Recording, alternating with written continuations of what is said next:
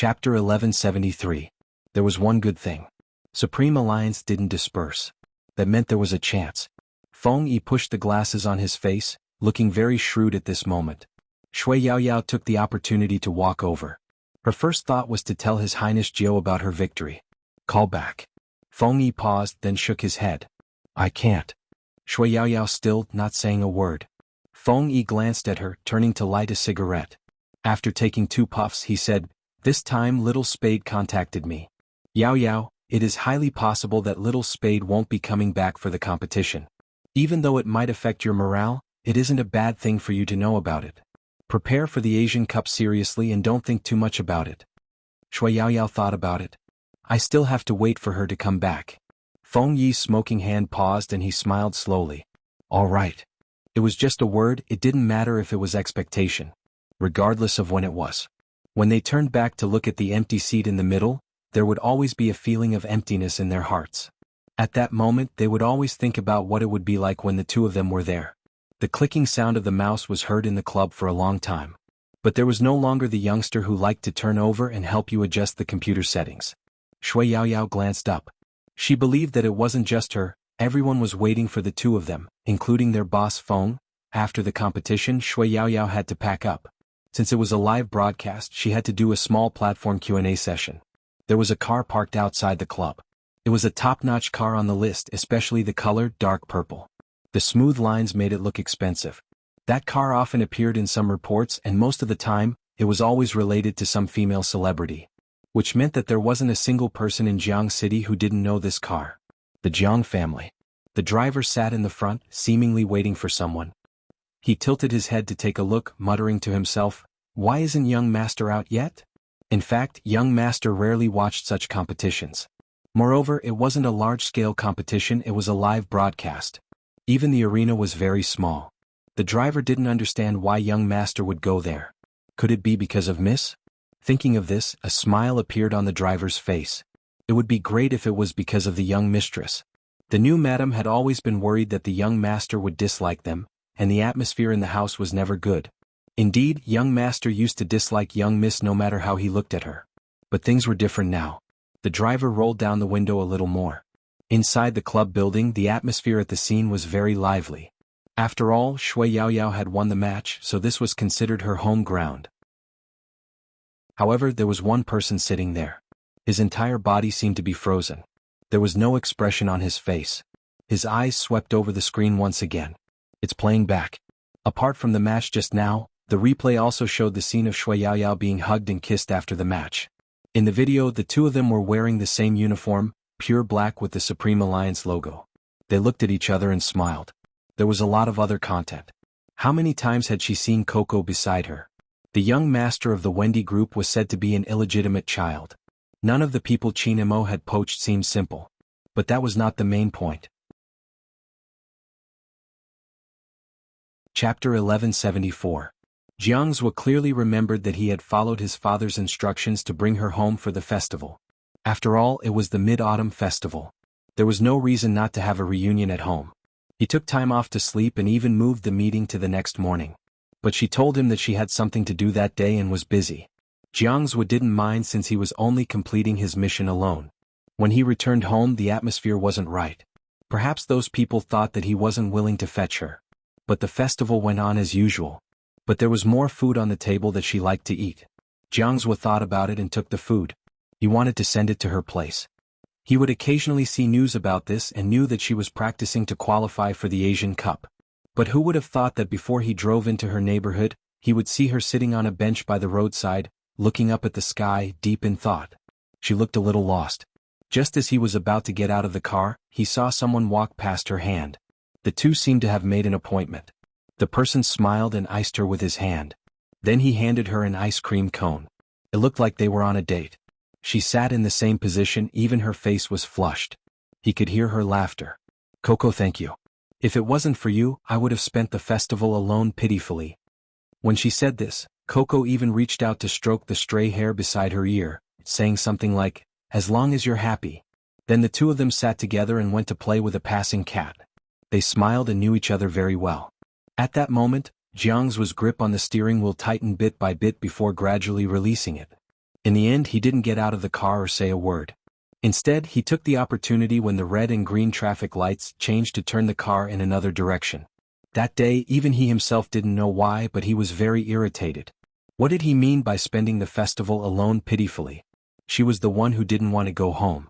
The more Jiang Zuo wanted to control himself, the more he recalled the past. That soft fatty would always appear in front of him. He was so irritable that he wanted to argue with his father. And when he was unhappy on the anniversary of his mother's death, she was always there, sitting beside him and listening to him talk about those things. She didn't argue or make a fuss. Every time she saw him, she would be. That was why he had never exposed the fact that she liked him. He had seen that kind of gaze too many times. Of course, he knew what the other party was thinking. He did not intend to respond. Firstly, it was because he had never thought of dating while he was in school. Secondly, all his energy was focused on fighting against his father. He didn't refuse the man's care and the breakfast that was brought over. Jiang Zuo was well aware that everyone had their eyes on his face. But at that time it was a very ordinary thing. Now that he thought about it, it always made him uncomfortable. At first it was because her mother walked into their house. Even now he couldn't tell what was wrong with him. Just by sitting there and looking at the screen he felt that it was blinding, especially after she was picked up and smiled. In the end he could no longer sit still. He must be crazy. He didn't even rest and came to watch a live solo. He was probably afraid that Qin Mo's team would lose. But his footsteps seemed to be fixed in place. Chapter 1175. Even though he stood up, many people around him had already shifted their gazes over, including some reporters. Only her attention was on Coco's face. In the past she had mentioned that she liked younger brothers. Was this the type? Jiang Zuo scoffed, his voice cold. He picked up his phone and walked to the passageway without turning back. But for some reason he was still frustrated. He didn't want to go home with such emotions in case there was a group of people guarding against him. To be fair, he had always felt that his father had betrayed his mother. That promise of never marrying into the family was already enough. Jiang Zuo knew that it wasn't appropriate for Mama Shui to take the blame. Over the years, his father had been involved in many affairs outside. But he had never brought them home. Mama Shui was the first. She even married into a prestigious family. Jiang Zuo didn't know how to describe his feelings. Betrayal was his first reaction. As for the rest, this marriage wasn't balanced to begin with. That person had long known that his mother would marry into the family but hadn't said a word to him. Was it because all the fawning she had done in the past so that she could marry into the family and become his younger sister earlier? After all, the Jiang family was rich. That was indeed his initial thought. But after spending so much time together and seeing the atmosphere in the family, he gradually understood that Mama Shui wasn't that kind of person. It wasn't that she didn't take anything, but she wasn't greedy. When his father was drunk, she would cook noodles in the kitchen and never buy anything from his father, probably because she was worried that he would be angry. Once she married into the family, she signed an agreement that her youngest son wouldn't have a share of the assets. Actually, Jiang Zuo didn't care about the assets, it was obvious. He had long left the Jiang family's sphere of influence and even his personal assets were larger than the Jiang family's. But she seemed to be worried that he would do this. She had even specially told him that her brother was still young and had never thought about this aspect, asking him not to send her brother overseas. This person never seemed to understand the situation. There were some words that should be said to his father, not to him. Going overseas to further his studies and he didn't like it? Sometimes Jiang Zuo really didn't know what she was thinking. Forget it, it didn't matter. Just as Jiang Zuo was about to leave, he saw Shui Yaoyao. Shui Yaoyao saw him too. She had just come out from the interview, the heat still burning on her face. She was indeed happy after winning the competition.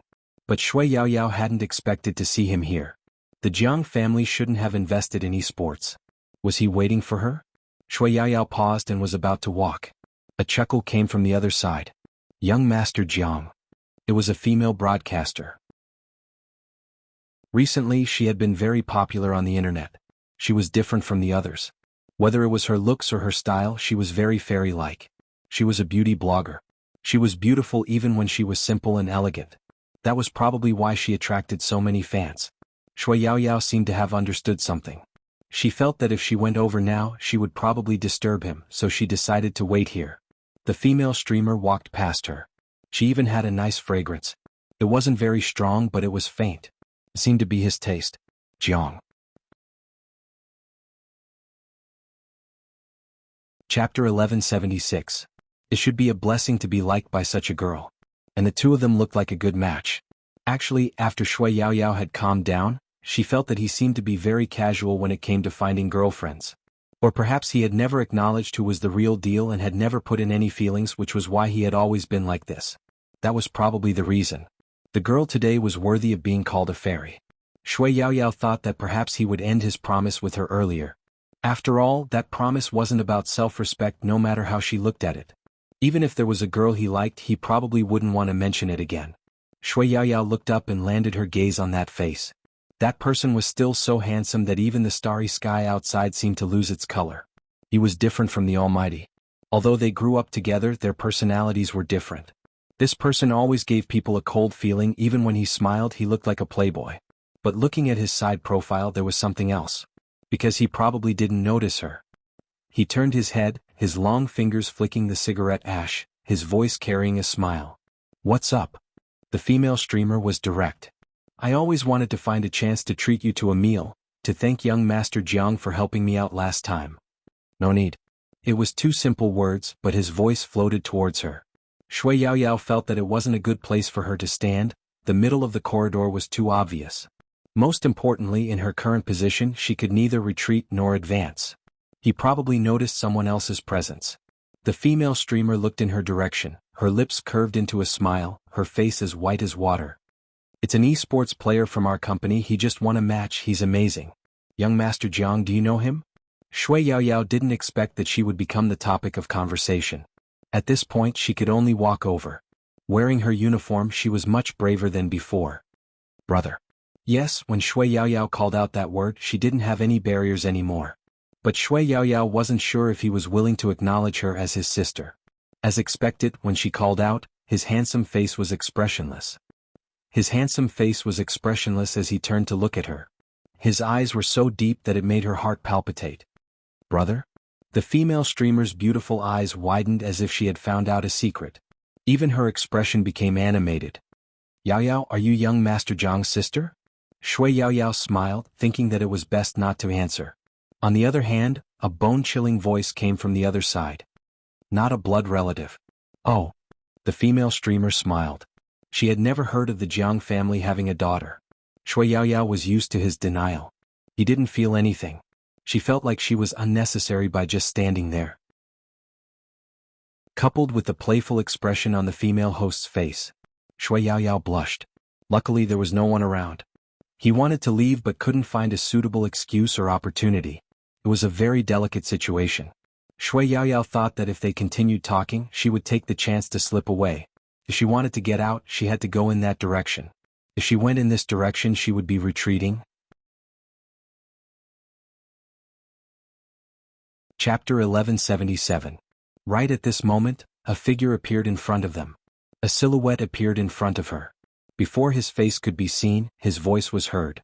"Yaoyao, how long do you want us to wait for you? Come quickly." It was Coco in his battle uniform. Probably because it was winter, he was afraid of the cold and had a scarf around his neck, making his face even more beautiful.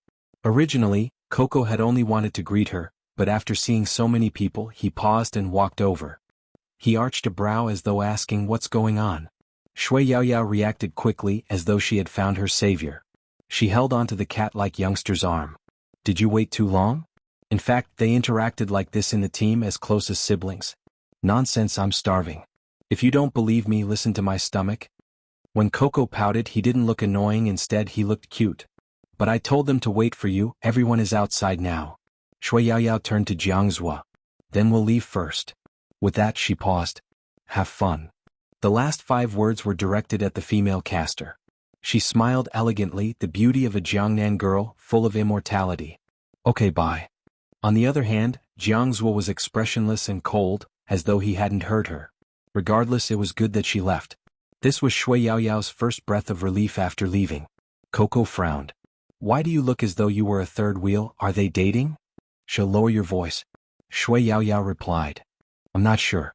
But there weren't many people who could make that person wait for them." Coco shook his head. "The company signed a contract. New female casters aren't allowed to date for half a year.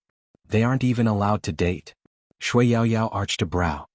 "That's a little overbearing." Coco was smart now. Fox Feng set the contract. If he hears you, you don't have to eat. Yao Yao. Coco pressed the elevator button as he said, moreover, these beauty bloggers are all signed by internet celebrities, while some are recruited by their managers from schools. There are all kinds of them, but the only thing they have in common is their good looks. After all, they aren't game streamers and the fans like them because they are single. This kind of contract exists in every company that promotes internet celebrities, and it's based on market demand. Unless it's a very unique type of internet celebrity like my goddess, every video she releases becomes a classic. These kinds of people who rely on their looks to get into a relationship. Humph, I haven't even dated one yet. The last sentence should be the main point. Shui Yao Yao could hear the perfect resentment in his voice. She smiled and said, you can find one. That won't do. If I find one, what about my wives who watch me play games? They'll cry, Coco said as if it was true. Hearing this, Shui Yao Yao's heart sank. So those people still can't accept that Her Highness Jiao is a girl because of this. Destroying their yearning for their male idol. Chapter 1178. Yes. The problem now was that Highness Jiao didn't seem to have any intention of returning. It was said that he had gone overseas to film a movie. But ever since the video was released, Shui Yao Yao didn't know why, but she had a feeling that she would never be able to see that figure in the esports arena again. Because it was obvious that when the video was released, there was a sense of farewell. Moreover, Highness Jiao couldn't be contacted at all. Shui Yao Yao's gaze followed the elevator lights.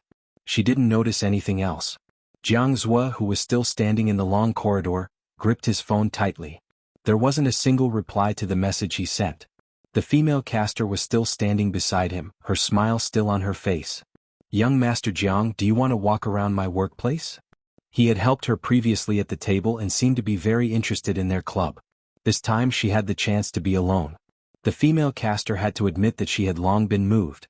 She knew that he liked her type, so naturally she had to grab the opportunity. But she hadn't expected that he wouldn't give her any face at all. He only said one word, no. Then he walked toward the elevator. It wasn't a good time for her to strike up a conversation. There were other casters coming over. Rather than letting everyone notice him, it was better for her to take a step back. Some of them liked to snatch investors, so she had to guard against them. Shui Yao Yao's perception was actually wrong. Even if the other party was full of immortal air, he was still immortal. Everyone would think the same when they met someone they liked. There wasn't much difference. After Jiang Zhua entered the elevator, the smile on his face disappeared completely. It was as though there was a heavy object pressing down on his chest. It was only when he walked out of the elevator that the heavy object on his chest seemed to be removed. But there was still no response from his phone. The message he sent was like a stone sinking into the ocean. Did that person not see it, or did he want to be with someone else so he didn't even reply? 1 minute, 2 minutes, 3 minutes. Jiang Zhua stood there, his phone still silent. He walked to the main entrance. After all, he had sent her a message to wait for him there. But obviously she wasn't there. There were many fans walking back and forth, and the surrounding people were all discussing the competition. I think it was a fluke. I don't think so. Think about it carefully. Shui Yao Yao's teleportation, her ability to predict CK's position, and the timing of the Tyrant King are all very accurate. This isn't something anyone can do. I have a feeling that Shui Yao Yao might have predicted CK's character this time. In this game there are many supports, but there are only 2 that can counter them. Although Shui Yao Yao's support has been weakened this season, it can still counter the support. I don't understand what you're talking about, but it's good that you won. In the past, I always felt that she was just a decoration in Supreme Alliance. 23333. You should have heard Almighty Z's call. Everyone has their own role in the team. Don't underestimate even the smallest support. I realized why you're always insulting me today. Because I play support too. To be honest, I'm a fan of Shui Yao Yao. She has finally found her place in Supreme Alliance. Don't you think that after seeing her, you want to work harder? Chapter 1179. When he heard the 2 passers-by discussing the last sentence. For no reason, Jiang Zhua wasn't in a good mood. It was probably because the temperature outside was getting colder. It didn't feel like summer anymore. Even the air was filled with haze. Jiang Zhua didn't wear much when he came, hence he felt the chill. As he listened to their discussion, his eyes deepened. Then his phone rang. Jiang Zhua finally moved, but when he saw the WeChat profile picture, his breath turned colder. Young Master Jiang, are you cold standing outside? Do you need me to send you some clothes? We have some clothes in the livestream room, some for boys. Jiangzhou didn't take a second look and closed the WeChat message. The female caster was disappointed because she was standing in front of the floor-to-ceiling window on the third floor and could see what was happening below. But she didn't give up. After all, she had been able to add this person's WeChat because of her work. The temperature outside was getting colder.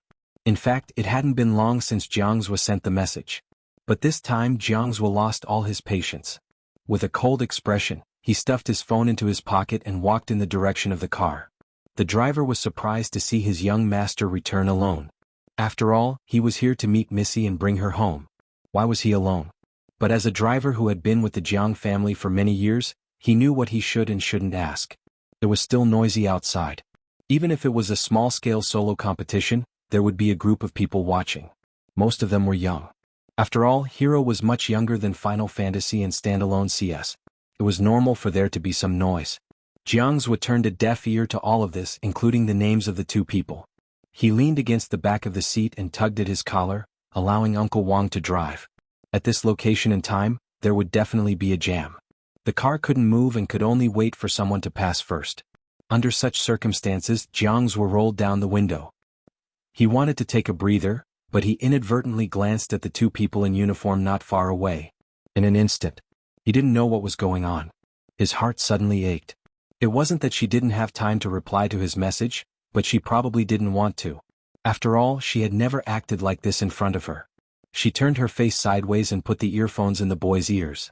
The two of them listened to one phone and stood there casually, giving people a sense of intimacy. He could even see her lowering her head and smiling. Her face was still red as she reached out and tucked her stray hair behind her ear. Wuxia subconsciously clenched his fists. At the crossroads, the traffic lights changed. There were people coming and going and the car could not leave. Shui Yaoyao saw Jiangzhou was sitting in the car. He seemed to be incompatible with her, and even his bones were permeated with a noble aura. He sat in the back seat with his usual casual posture, just like when he appeared in front of her again after he learned that her mother would marry into the Jiang family. He also sat like this, giving off a feeling of superiority. However, he had the capital to be high and mighty. The driver was still Uncle Wang. Uncle Wang also noticed her. Shui Yaoyao was walking away. Chapter 1180. He looked as though he didn't like seeing her at such a time. Shui Yaoyao guessed that he was probably unhappy that she had interrupted his date and mentioned that she was his sister. After all, he had never been willing to admit it. Shui Yaoyao didn't make things difficult for Uncle Wang, nodding towards him as a greeting.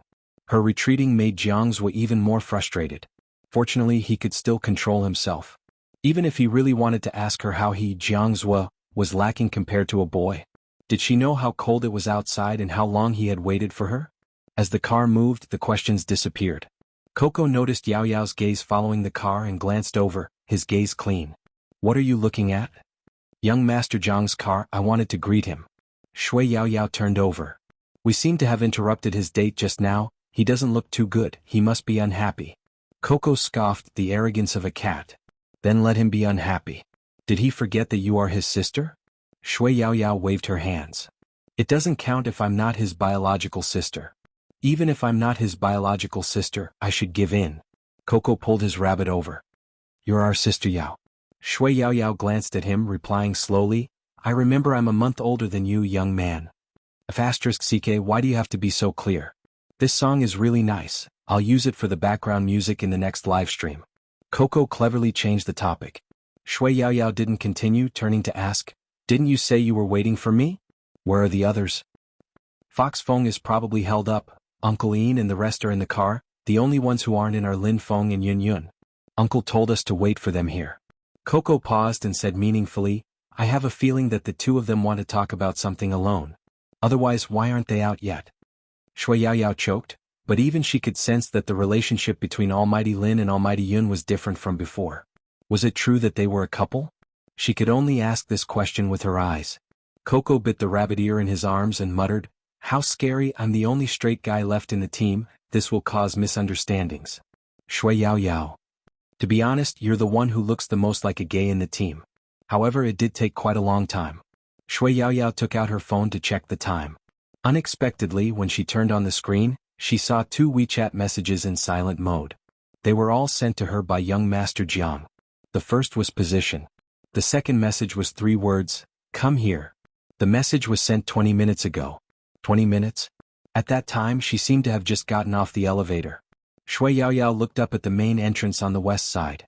She thought about the car that had just driven past her. No wonder he looked a little angry. It was probably because she didn't go to the designated place according to his instructions and made him wait for a few minutes on the 10th. She knew Jiang Zhuo. Except for the person he wanted to wait for, he was willing to pay the time. If he didn't want to wait, he probably felt that it wasn't worth it. She had probably wasted his time just now. But Shui Yaoyao couldn't figure out why he was looking for her. Was it because he called her brother, just now? It was highly possible. Shui Yaoyao looked at the WeChat page. She wanted to reply, but since he had already left and she was angry, there was no point in replying. Chapter 1181. The car was silent. The chauffeur could sense that his young master wasn't in a good mood. He had intended to return to the Jiang family, but his young master had changed his mind and wanted to return to his own place. After Jiang's were returned to his room, he didn't turn on the lights. Instead, he walked to the sofa in the living room and sat down, the back of his head resting on the sofa as he stared at the ceiling. He had never done such a thing before. However, he didn't know why today was different from usual. The surroundings were too quiet. It was so quiet that he didn't know what he was doing. Even his eyes were a little empty. When he closed his eyes and opened them again, he seemed to have thought of something. He suddenly stood up and kicked the trash can to vent his anger. After a loud bang, everything returned to silence. He sat there, his brows furrowed. The esports ticket that had been placed beside his hand was such an eyesore. It was so eyesore that every time he saw it, he would think of certain scenes. It was really uncomfortable. He crumpled the ticket with his fingers. This series of actions caused a loud noise. It was clear that Jiang Zhuo was really unhappy. Ever since he had started the company, he rarely lost his temper like this. But when he was in school, he had been stubborn. Whenever he had a problem with his father, he would kick things to vent his anger. At that time, she was the only one who knew how he had vented his anger. Now, Jiang Zhuo lifted his head to look at the ceiling, his eyes even more empty than before. No one knew what he was thinking. He was completely silent, the silence as though he wasn't in the room.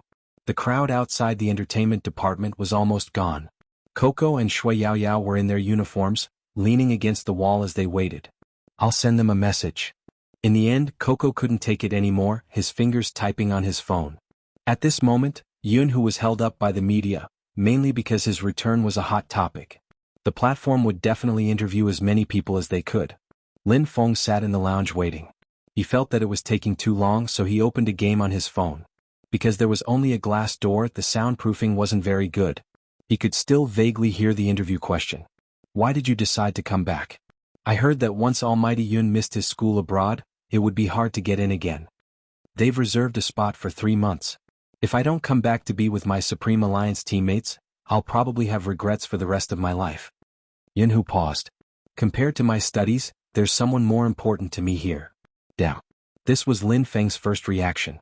After all, every time Yunhu said that, the reporters would definitely link them together.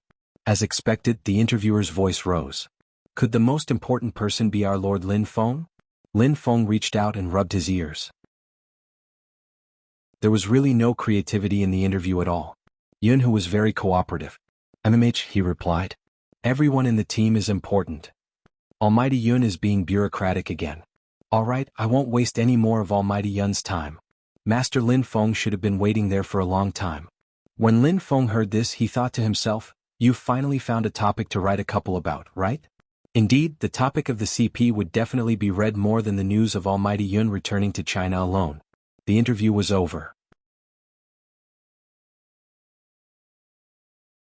Chapter 1182. His broad shoulders made the simple black uniform look straight and stylish.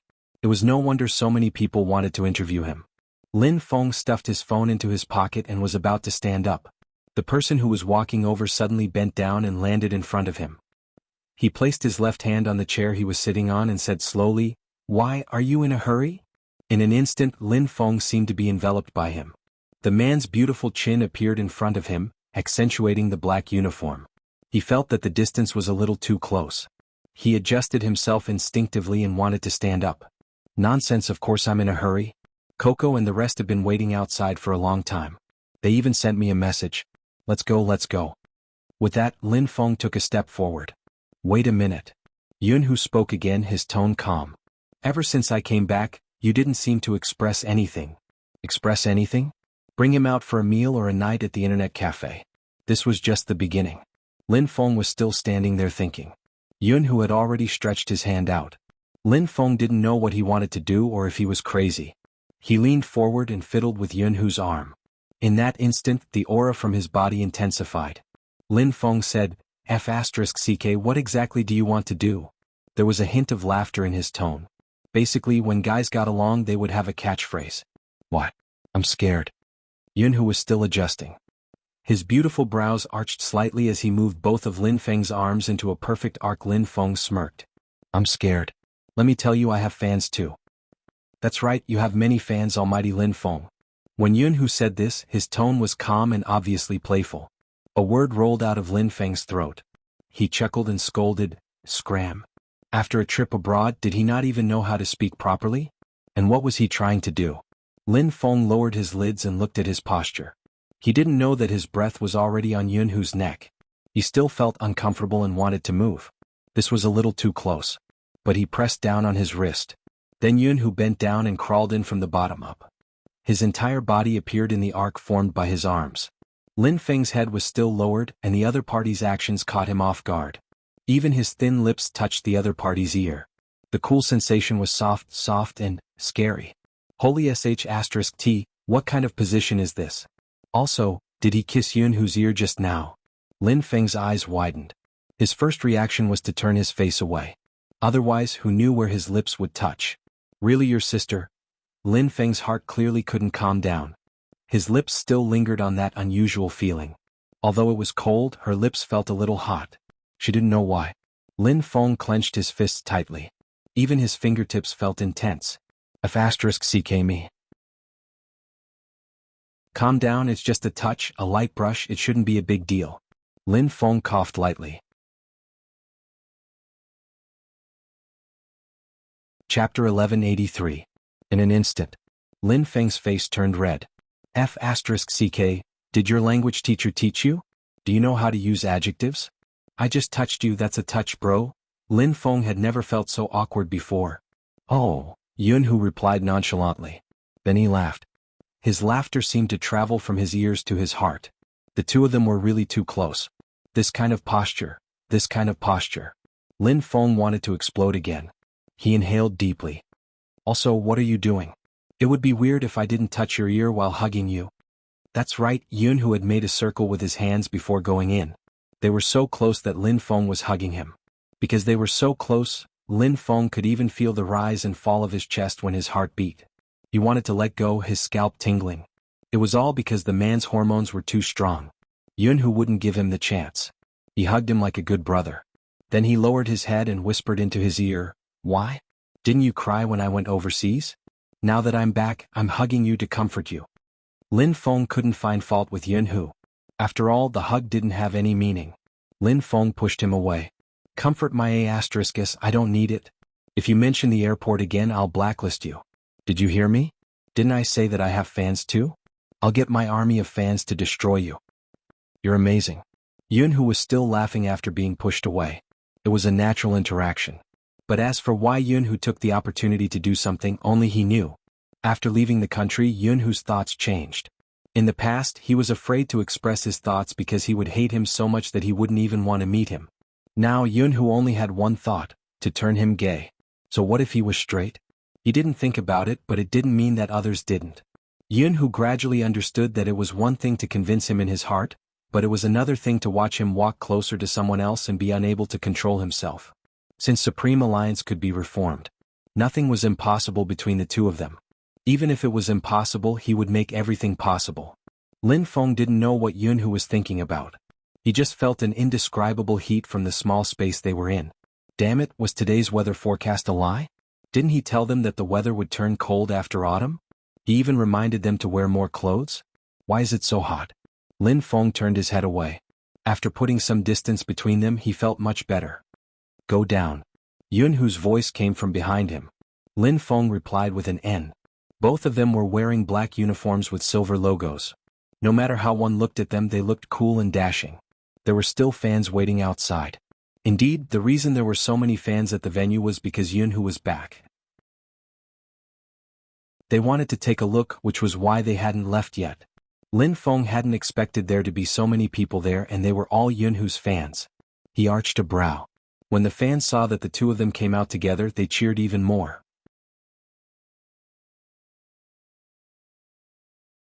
Chapter 1184. This girl was special. Perhaps others treated Yunhu like a fan towards their idol. But this girl was different. During Yunhu's live stream, she had smashed many planes. That wasn't all, she had given other fans many red packets just to be the representative to send flowers.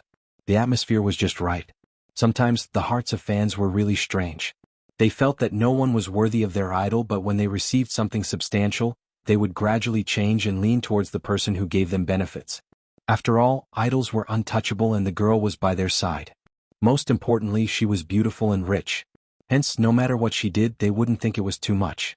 They even felt that her way of chasing someone was a little flirtatious. Some fans only hoped that Almighty Yun would accept this bouquet of flowers. Even the naive Lin Feng felt that the atmosphere wasn't like the usual atmosphere of a fan meeting. Moreover, Yunhu could see through the entire situation with one glance. The girl was also in the online circle, but she wasn't an esports player. Perhaps she really liked him, but he had rejected her a long time ago. But there were some people who wouldn't take the rejection seriously. Instead, they would lie and say that they were close. The more ambiguous and fake her words, the more Yunhu felt conflicted. During that period of time, he had been busy overseas and hadn't asked Orange Horse to ban her since it wasn't a big deal. Now, it seemed like he had underestimated some people's thoughts. Yunhu arched a brow, glancing at the bouquet near him. He stuffed a hand into his pocket and laughed. Don't you know that people with boyfriends can't accept flowers from others? People with boyfriends? In that instant, all the fans froze. There were still the reporters who hadn't left. Lin Feng's first reaction was, F***ck, did Yunhu go crazy when he was in love? What was the tolerance in China? What was he trying to do? It wouldn't be good for his boyfriend if he made it public. Lin Feng could almost imagine the explosion on the official website that night. Fox Feng wouldn't be able to sleep well. Supreme Alliance had been going against the trend recently. They should get someone to take a look at their feng shui. But that was how the esports industry was. Love could sometimes turn into harm. Lin Feng had many thoughts, one after another surfacing in his mind. But the next second there was a bouquet in his arms. What was going on? Lin Feng was a little stunned. He wanted to curse, but then he felt that there were too many people. Holding the flowers with one hand, he felt that he was a little stupid. Damn you, why did you give me my flower? Did he look like a follower? Yunhu replied slowly, isn't it natural for a fan to send flowers to her boyfriend? What the F***ck, what the F***ck? Lin Feng was also hit. His face was hot. Who's your boyfriend? Yunhu arched a brow. The online group counts. What? I've only left the country once and you don't want me as your CP anymore. Haven't you heard of King of Storms Road? You. At this time, Lin Feng also understood that the other party was joking. Using this method to avoid direct confrontation with the fans was not a bad idea. But F***ck, why was his heart beating so fast just now?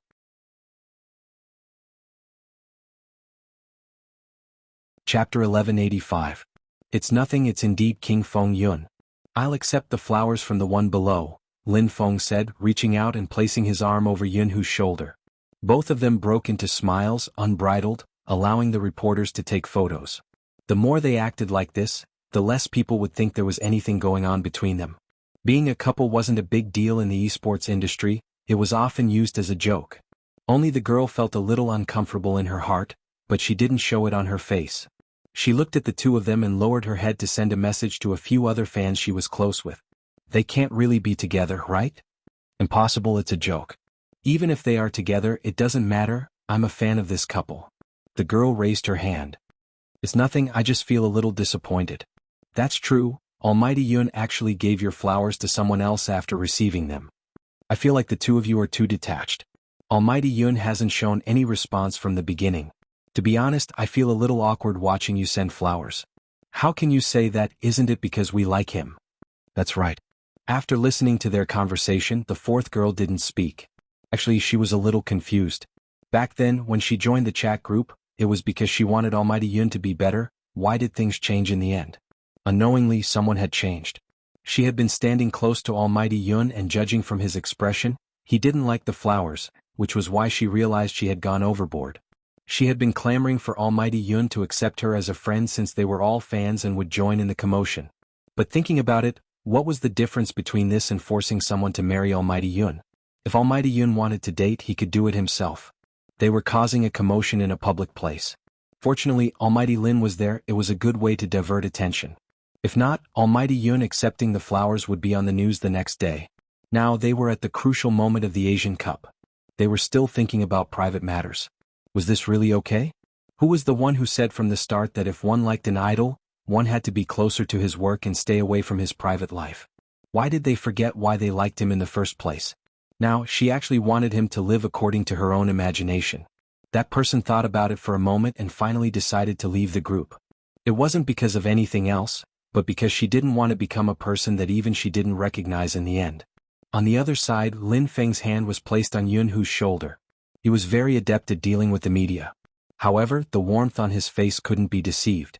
Yun Hu created trouble for him the moment he came back. That was enough. Only when they entered the elevator did Lin Feng retract his hand.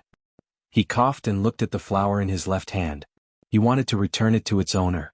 Unexpectedly, Yun Hu didn't accept it. Why would a man like me need flowers? Besides, didn't I give it to you just now, boyfriend? Yun Hu said the last 3 words very slowly, almost with pauses between each word. Lin Feng wanted to curse again, but in the end he could only spit out, F***ck, are you addicted to playing? Yun Hu watched as the elevator slid down to the first floor. He walked out first and glanced at the flower in Lin Feng's arms. It suits you. Lin Feng wanted to say that it didn't suit him. It wasn't a big deal for a man like him to hold a flower, but it was a big deal for a man like him to hold it. However, he couldn't throw the flower away. If he did, who knew what the media would write? He carried it on his shoulder, a cigarette dangling from his mouth. He was very mischievous. Honestly, if it wasn't for Lin Feng's beautiful face and straightforward behavior, he would have been a pure man who grew up in the alleys of Jiang City. The 2 of them were dressed in their uniforms and one of them was carrying a bouquet of flowers. It was definitely eye-catching. Shui Yaoyao raised her head and saw the 2 young masters. She seemed to reach out and wave at them. Then she shifted her gaze to the bouquet Lin Feng was carrying, her eyes full of interest. Coco was listening to the song and was shocked by this scene. He asked instinctively, "You guys are progressing so fast?" What did they mean by progressing? Lin Feng blushed. F***ck, stop making wild guesses. This is a gift from a fan. Oh. Coco bit the rabbit's ear in his arms. I've never received flowers from a fan before.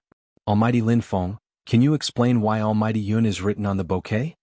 Lin Feng thought, hey, aren't you excited? He pulled Coco over and started playing with him. Shui Yaoyao thought he was shy. Yun Hu's gaze was gentle. He turned over. Where's Boss Feng? He's probably still busy. Fox Feng asked us to bring you to the car first. We've already booked a place for dinner. You can go all out today. Coco's face was still red when he said this. He was obviously happy. On this day there was no one who was unhappy. But even so, Feng Yi was still thinking of ways to contact her. However, the location of the call couldn't be found. Actually, it wasn't because Bo Jio didn't want to pick up the call. Instead, they were discovered the moment they finished their call. Prince was the first to react because the aura of the person standing with his back facing the light was too strong. He howled. He had wanted his brother to escape since they weren't there, and it wasn't easy to punish them. Unexpectedly, before he could move, a gaze swept over him. Other than coldness, he couldn't feel any other aura. In that instant, Prince froze in midair. His limbs were stiff, much less his scalp. Right now he only had one thought. They didn't seem like cousins. The person in his military uniform walked past him. He didn't seem like someone from the military, instead he seemed like someone from a higher class. When the aura assaulted him, Prince froze even more. Fortunately, the person didn't stop. He probably knew his true target was in the forest. Prince heaved a sigh of relief. Finally, he heard the man spit out 2 words faintly, "Come here." Bo Jio moved her sleeves and hid her phone in the sleeves of her uniform. She stuffed a hand into her pocket and walked towards Chinamo. Prince was still in a daze. Where's the phone he was holding? Magician stood beside him. He wanted to say something but didn't. After all, he was impressed by this brother's courage. He actually dared to be alone with the person his captain liked. He even came to the forest for a secret rendezvous. To be honest, this was a suicidal move. You're awesome, brother.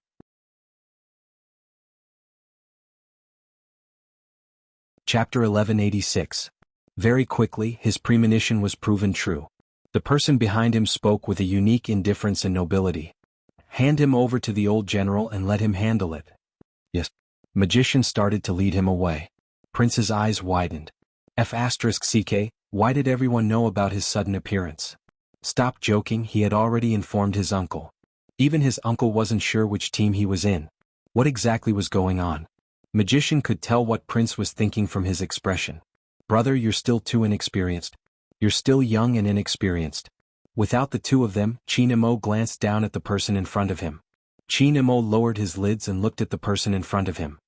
He arched a brow and after a moment he said, "Hand over the thing in your hand." Bojio wanted to make up for it. "What is it?" Chinamo reached out and grabbed her wrist, which was in her pocket. Then he pulled up her sleeves and pushed them up. Under his palms was her smooth skin.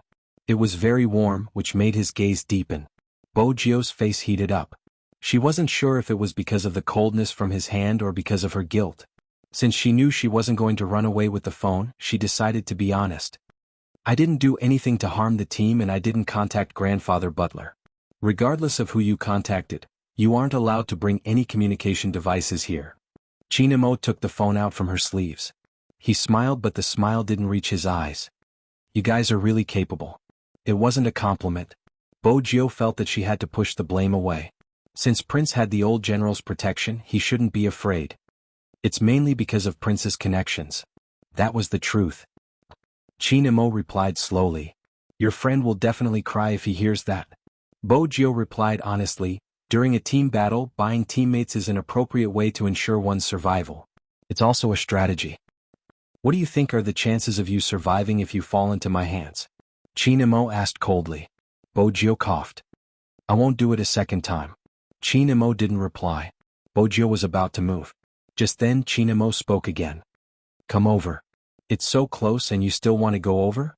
Bojio glanced up at the person in front of her and scanned the surroundings. When she realized that no one else knew, she roughly understood the Almighty's intentions. The Almighty definitely wanted her to coax him. Definitely. She knew very well what kind of thoughts those proud little princesses in the novels usually had.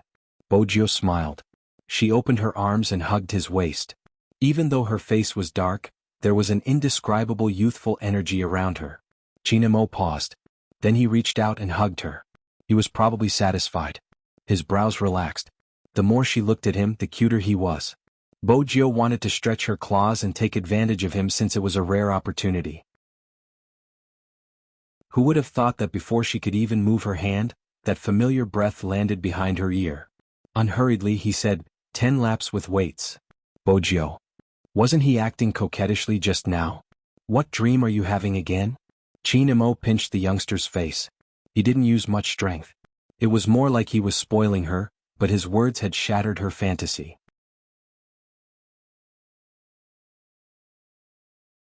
Chapter 1187. Bojio was confused. It would be great if the Almighty could just be his pretty boy quietly. Why did he have to speak? It wasn't beautiful at all. The moment she thought about it, her face was lifted up by him. He asked casually, "Do you want to kiss?" "Mamech? Kiss?"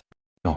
Even though that face looked very noble and abstinent when she looked at it up close, she resisted the charm and turned her face away a little.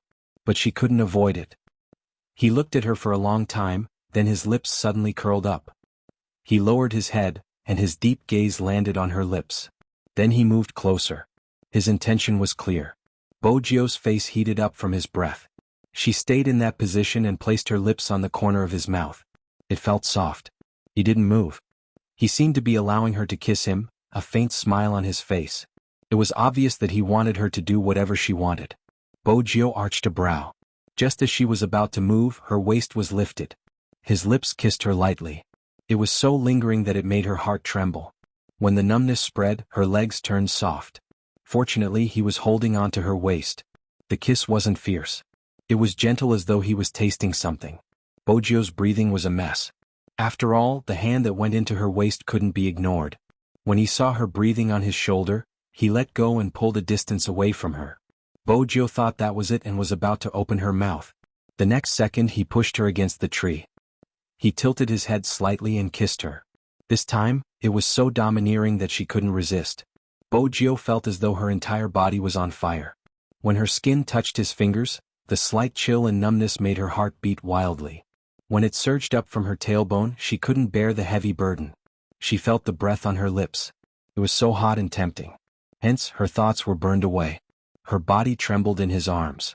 Her heart felt as though there was a cat scratching its claws. It was so ticklish that she could only reach out and grab his arm. He seemed to have sensed her reaction. He gradually stopped. When her breathing stabilized, he leaned over again. He looked at the person in front of him. His thin lips were slightly red. His eyes seemed to be watery. He almost couldn't control himself. Idiot. Wuxia was still puzzled. How was she stupid? The Almighty always scolded her for no reason.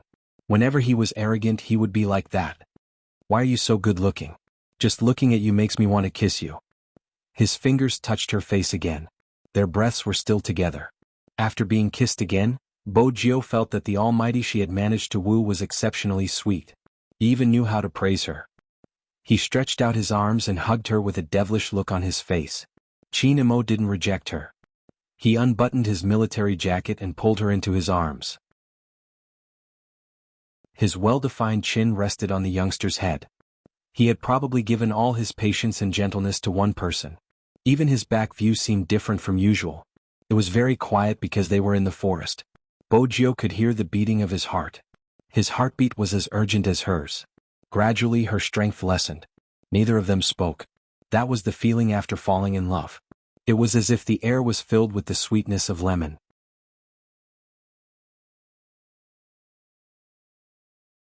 Chapter 1188. But this wasn't the right place to date. In the military there were many things Chinemo had to worry about. Their embrace was interrupted by the sound of footsteps coming from afar. Chinemo dragged her directly to the training ground for weighted running. Her heartbeat hadn't calmed down yet, all sorts of emotions were running through her. She and the Almighty were really in love now, right? That should be it. They were dating without any grudges. Wuxia carried her things and ran forward as though she was sleepwalking. This time, she didn't seem to have done anything for the Almighty to accept her. It was a pity she hadn't even used her tricks. But she would probably be able to take advantage of him in the future. Now, she had to confirm their relationship.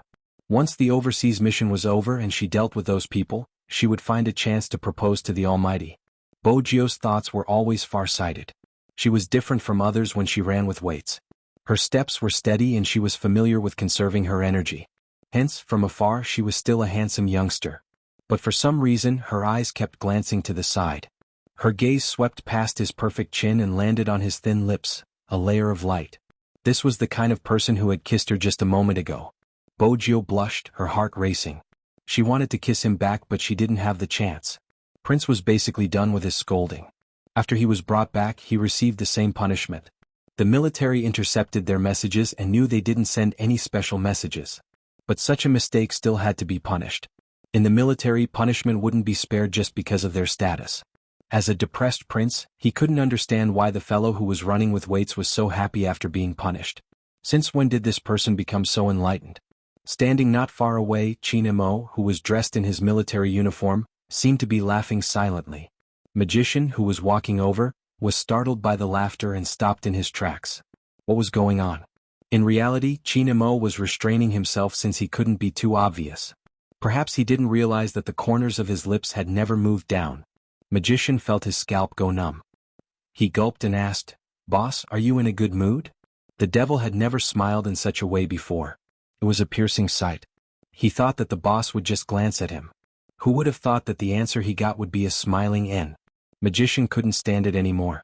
Because of number 10 who was punished to run? Chinemo glanced over, the smile still in his eyes. "Why are you so concerned about my private life?" Magician immediately stood up, his heel touching the ground. "No, I don't care. Whoever dared to care would die." Chinemo retracted his gaze and looked at the figure that was still running. He smiled again like the moon in the night, as though he wasn't a subordinate in front of him. There was really no end to it. Magician stood at the side, feeling that his boss was showing off. That smile, really made him want to curse. "Boss, we are still a group of single dogs, please don't be like this." It wasn't easy for him to stop laughing. It was the old general who had something to discuss with boss. Before he left, the boss tossed him a bunch of keys. "After a certain someone finishes her run, ask her to take a shower in my room."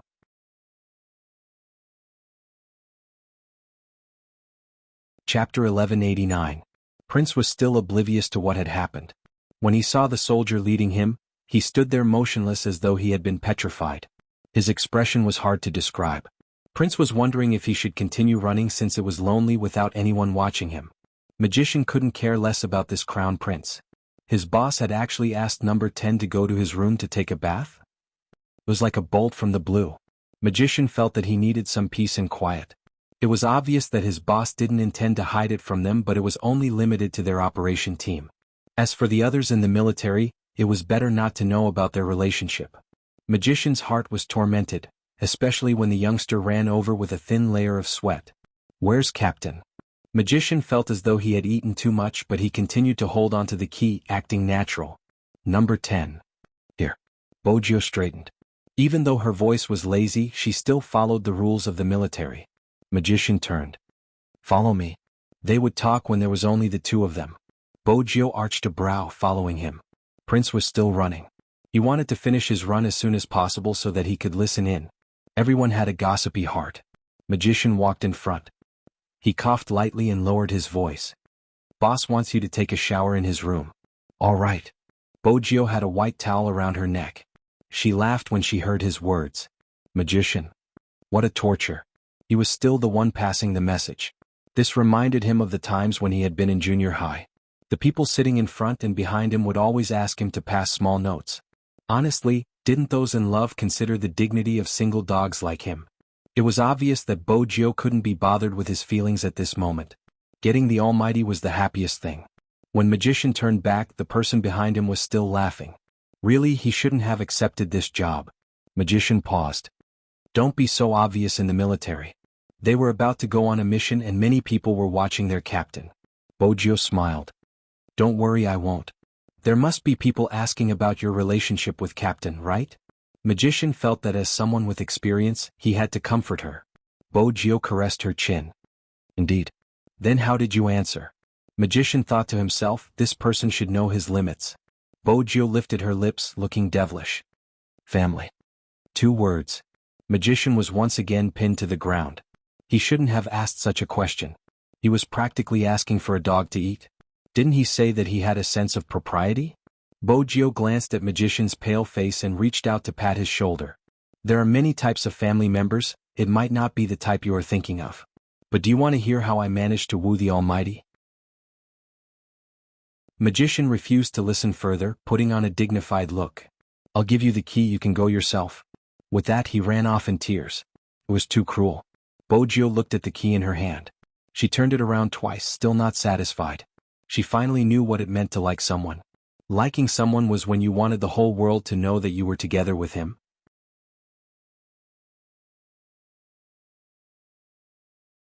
Chapter 1190. Her hands were itching. In the past, if she had a phone, she would have posted an announcement on her official Weibo account.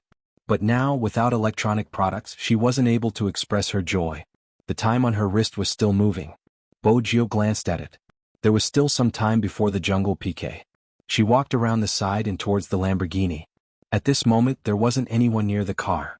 Actually, other than Bojio, there weren't many people who dared to appear nearby. Bojio used her voice to unlock the car lazily. She reached out to open the car door and sat inside. The intelligence system sent a wave of excitement. But the system still had a memory. After the previous 2 replies, Little Blackie didn't expect its owner to drive it away. I chased him. Bojio tapped her fingers on the steering wheel and laughed arrogantly. Isn't Daddy amazing? For the first time, Little Blackie didn't want to speak. What exactly was Master here for? The Almighty even praised me. You should know that it isn't easy for someone like the Almighty to praise someone. Bojio continued, do you think I should express something? I can't get high in the military. Why don't I ask Grandfather Butler to propose marriage to the Yin family? They are overseas as well. It would be more convenient. Little Blackie. Why did you want to go ahead the moment you chased him? It had never seen such a master before. The rearview mirror reflected the youngster's image. Little Blackie didn't know what her master was thinking about. Suddenly, she broke into a smile and pressed her face against the steering wheel. She tossed and turned before spitting out, "The feeling of being in love isn't bad. It's a pity you're a robot. You probably won't be able to experience it for the rest of your life." As a car, Little Blackie couldn't take it anymore. "Master, did you specially come here to show off your love?" "Image." The youngster held her chin and smiled. "The Almighty's kissing skills aren't bad either. I should marry him as soon as possible." Little Blackie. It didn't want to listen, it wanted to activate the automatic blocking program. Wait a minute, F***CK, did Master press a button just now? It couldn't turn off automatically? Was she planning to let it listen from the start? Master, where was your humanity? It wasn't easy for Bo Gio to find someone who listened to her. Of course she wouldn't let it go. Even if it was a car and not a person, she was going to share it with him. Her reaction was indeed rare. The heat on her face had not subsided since the beginning, and the sound of her heartbeat did not decrease even after they parted.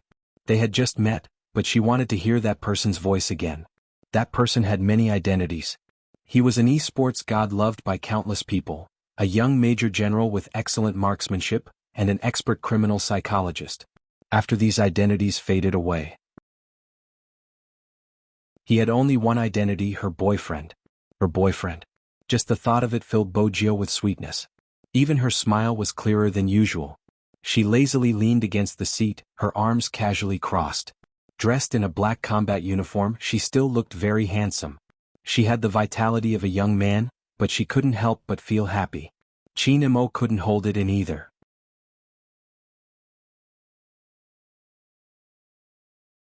Chapter 1191. Chin Mo's smile didn't matter. The old general, who was sitting opposite him, almost got scalded by the tea in his mouth. Even his heart trembled. He turned and exchanged glances with the adjutant beside him. He was obviously asking what was wrong with him. The adjutant shook his head slightly, still in a daze. He was similarly shocked. In the past, the almighty devil would smile, but every time he did, it was vague. That kind of smile was definitely not a good thing. It was when he wanted to kick someone out of the army, throw some trouble for the chief to deal with, or anger the regiment commander who was stationed opposite him. In short, it was not a smile in the real sense of the word. No. The adjutant felt as though his eyes were about to be blinded. The main thing was that the almighty devil didn't stop smiling. He didn't know what he was thinking. Cough. The old general finally couldn't take it anymore. He placed his fist by his lips and pretended to ask casually, "Are you in a good mood today?" "Am I?" When Chin Mo asked, the smile on his face disappeared. The old general didn't want to say anything else. "How dare you ask me? I'm already smiling so much. What do you think?" But such straightforward words could only be mocked in his heart. Did something good happen? The old general knew that he had to understand Chin Mo's thoughts before he went out for a mission. Chin Mo took a sip of tea and replied casually, "Same as usual." Damn it. Who would believe such a lie if it was told? The old general had a bad temper, but he couldn't do anything in front of Chin Mo. He treasured talents too much. "I asked my nephew just now. He isn't sensible. He didn't make any big mistakes, but the unit allows such small mistakes. Everything is done according to the rules and he will be punished accordingly."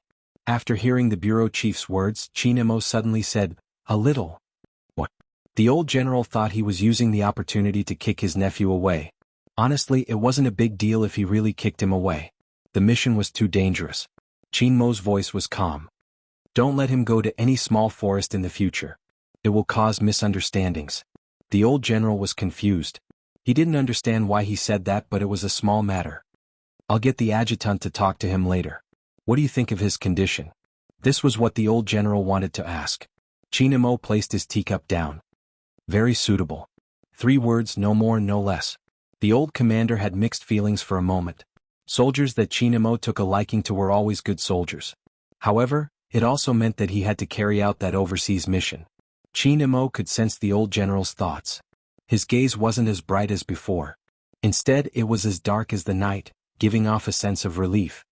"Don't worry, once I bring my soldiers out, I will bring them all back. Actually, I already had a premonition."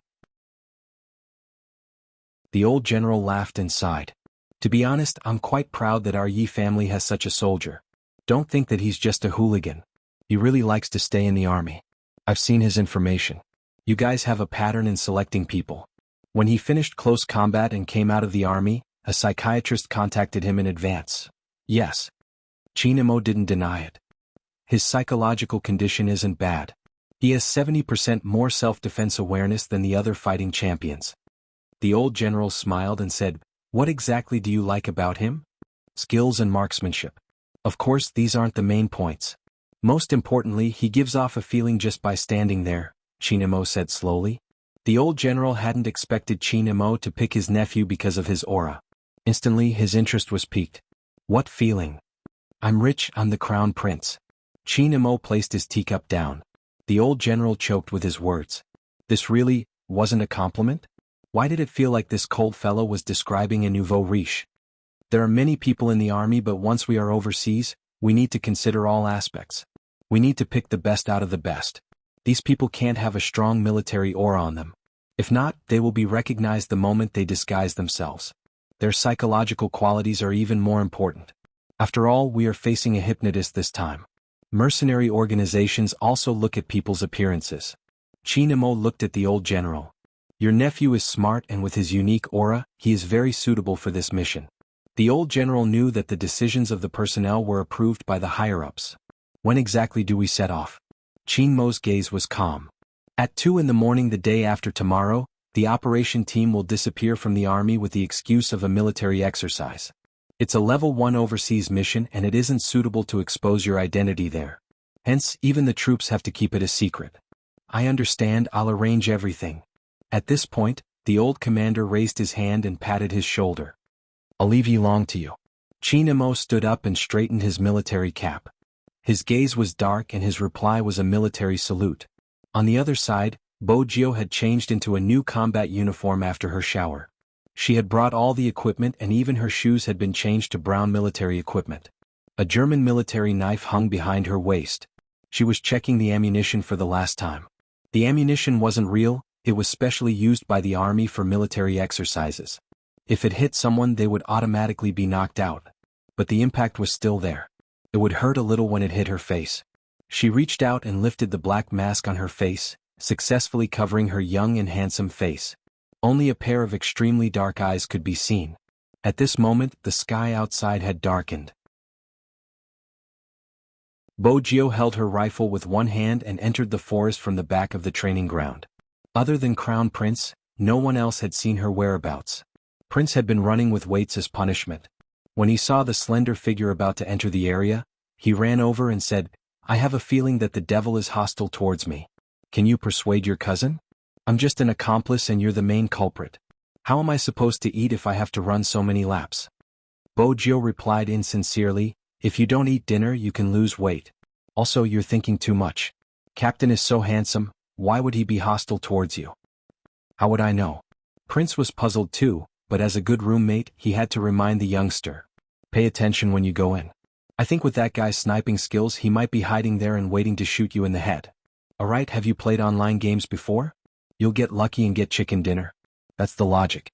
Don't die the moment you land."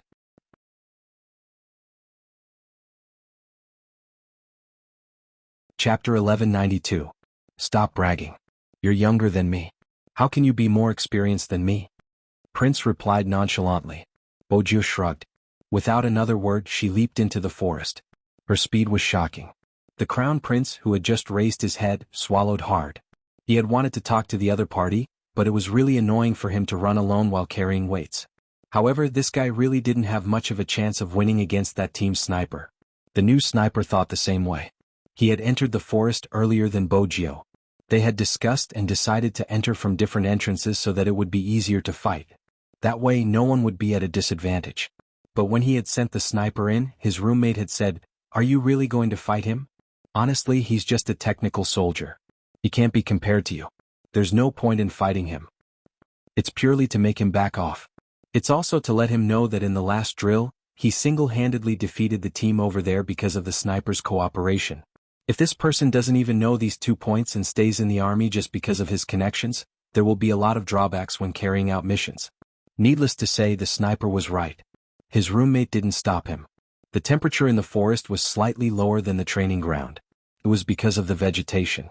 The lush trees stood quietly, and the tips of the trees that seemed to pierce through the sky swayed gently with the breeze.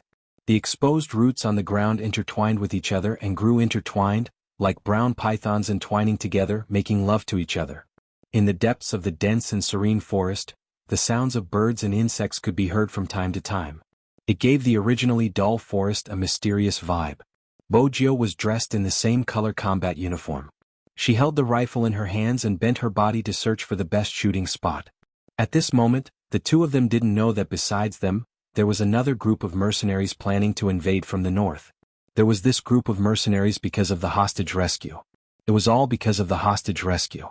When Kawang, who was outside the border, heard the news, he opened his eyes that had been in deep sleep. Then he pushed the person beside him away. As the boss of an organization, he didn't look ferocious at all. He was in his 40s and he was wearing a white coat. It was easy for people to put down their guard. However, it was this person who, as a psychiatrist, used his knowledge to kill many people. This case was reported by many police departments. Because the way he killed people was too horrifying.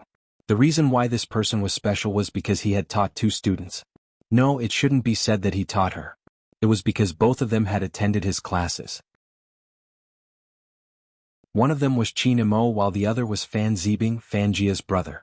However, it was the same 2 people. The first one felt that his teaching style wasn't suitable for him, so he ended his elective early and chose to attend another professor's class. The second one became his disciple.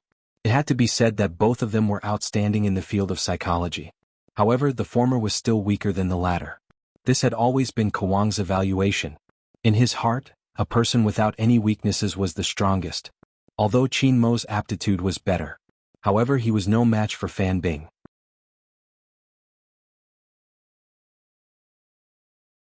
Chapter 1193. Zi Bing had been able to leave a psychological suggestion for Qin Mo before he died. This wasn't something many people could do. In Kawang's eyes, a psychologist who had been hypnotized was useless. He didn't take the people who were stationed at the borders of Wuxia seriously. After all, they had successfully transported a huge batch of goods in the past. Who would have expected the recent increase in security? With his methods, his men had been captured. Kawang had heard that the ones who had captured him were a small team from the nearby army. He had heard that there was a person with good disguise skills. But regardless of whether they were good or not, they had dared to touch his men. He had only touched one of their soldiers. He wanted to let them know that they shouldn't keep trying to cut off his source of income. Kawang was good at psychological warfare and was clear about the defense. China was vast. The uninhabited zone was many meters long and there were some places that couldn't be detected by radar. As long as they didn't enter China's airspace, it wasn't a problem to drive a military vehicle into the uninhabited zone. However, they were strict in terms of weapons. Kawang had already thought of a solution. It was just a few guns. This was the border after all. He wanted to let them know that China couldn't do anything to him at the moment. With so many hostages, Kawang wasn't afraid of anything. Furthermore, he had wanted to find Qin Mo for a long time. It was time for the person who had caused him to lose a leg to disappear completely. Kawang narrowed his eyes, glancing at the poppy in his hands. When he lifted the corners of his lips, it was a smile, but it gave off a sinister vibe that came from the depths of his heart. Fan Jia was standing in front of the computer, tapping on the keyboard. Kawang walked over. "How is it, have you found the person?" "Not yet, I don't know what happened to him, he seems to have disappeared." Fan Jia's eyes were filled with disgust when she spoke. Kawang was wearing a white coat, his gait a little crooked. "Are you sure this person means something to Qin Mo?" "I'm sure." Fan Jia's eyes were still filled with sadness. "I don't know what he saw in her, she managed to get close to him just by dressing up as a man. Now that I think about it, this woman is rather scheming." Kawang glanced at Fan Jia. "Don't use your unnecessary emotions. The most important thing now is this person. Kidnap her so that Qin Mo will be captured." "Yes, master." In front of Kawang, Fang Jia had toned down her arrogance. After all, she hadn't been very successful in her mission in Wuxia. Originally, he thought that he could use those people on the internet to carry out business transportation. She hadn't expected Z to suddenly appear and mess up her plans. In reality, Fan Jia still didn't understand.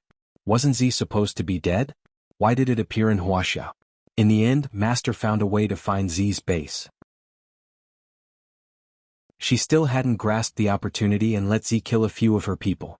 In the past, her master always said that she was the most talented. But now, Fan Jia's eyes dimmed as she started typing again. Since she couldn't catch Z, she wanted that guy to die first. She recalled the youngster she had seen in China and instinctively disliked him. Now that she thought about it, her dislike wasn't without reason. Pretending to be a man to play sports was just to get Chinamo. It was really disgusting. Just as Fan Jiao was typing, Kawang's phone rang.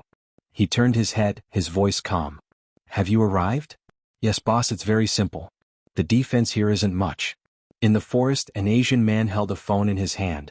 He was wearing a camouflage uniform and had already killed one of the guards from a certain team. He stepped on the bright red blood and the person lying on the ground seemed to be trying to sound the alarm. Once again he slit his throat with a military knife. Kawang listened to the commotion on the other end of the phone and smiled. "Not bad. We met a guard squatting in the forest. I have to say that the uniform boss made us wear is very useful. He thought we were from the neighboring team." The man looked like he was from Wuxia, but his accent was foreign. Kawang was very calm. "You have to be careful. You just entered the outer area. Think of a way to enter the inner area. Tell them that you were here and leave some blood there." "Okay." The man smiled, licking the blood off the handle. "Let's go, brothers. Let's kill a few more people for fun." This group of people from the ungoverned land seemed to be born fearless. They didn't care which country they were at. In their hearts, it didn't matter if they were here. Many people were afraid of China's soldiers, but they weren't. "There seems to be light over there. It should be the other team that the man mentioned." One of the men with a tattoo on the back of his hand jumped down from the tree, pointing towards the 9 o'clock direction in the forest. His lips curved into a bloodthirsty smile. It was obvious that he had the best eyesight in the group. Usually, the ones with the best eyesight were the snipers.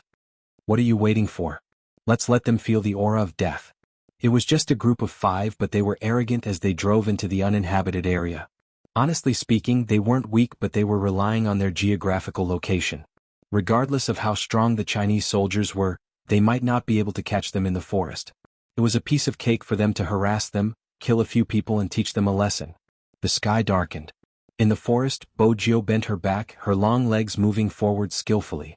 She just had to be wary of the bullets flying from the highest vantage point. She knew that the person was around her, waiting for her to fall into the trap. Bojio turned and used a tree to block herself. She started to lock onto the target again. If she was the sniper, which tree would she choose? The sniper, who had been hiding in the tree for a long time, had already adjusted his breathing. He had even lowered his body a little. His gun could almost sweep a few meters in all directions. As long as there was any movement, he would be able to see it and shoot. The technical soldier wouldn't be able to escape. However, the sniper was impressed by his courage. Even if he had gotten in because of his connections, he wasn't a coward since he had accepted his challenge. Was a pity? He would have to tell that person how important shooting was during a mission. The sniper's marksmanship was good and he was one of the best among the recruits. Hence he was confident.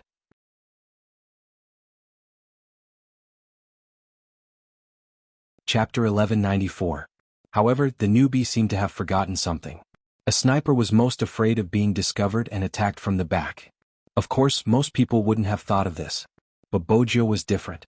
When she had been at the 5th Avenue, she had relied on her judgment of the best vantage point to move through the darkness with ease. Besides, she was an assassin. Be it in the game or in real life, she was best at attacking from the back. The sniper obviously didn't know that in the esports industry, people like to call him the shadow killer. Under normal circumstances, the so-called shadow killer would sneak around to your back and give you the most fatal blow. Naturally, the sniper wasn't aware of this. In his mind, he had always been a technical soldier. A thick layer of clouds started to cover the sky above the forest, covering the entire moon.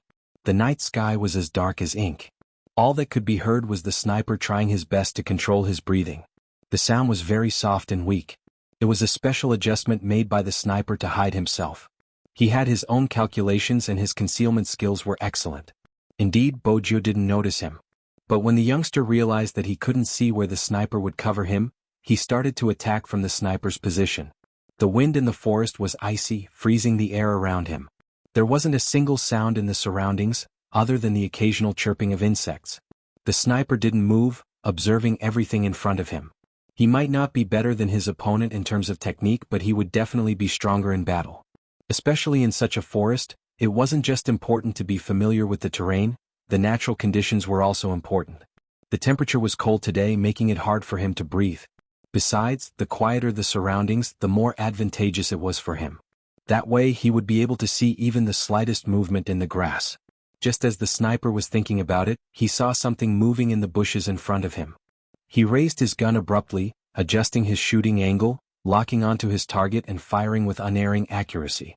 The bullets used during the drill were more like rubber bullets, producing a low and dull sound that couldn't be heard if one wasn't close. The sniper knew he had hit the target. The bushes quietened down. He adjusted the line of sight again and saw a wild rabbit lying there. It was gray with a little bit of white. It must have been digging in the haystack just now. Now that it was lying on the dark green grass, it was discovered. The sniper furrowed his brows, feeling that something was amiss.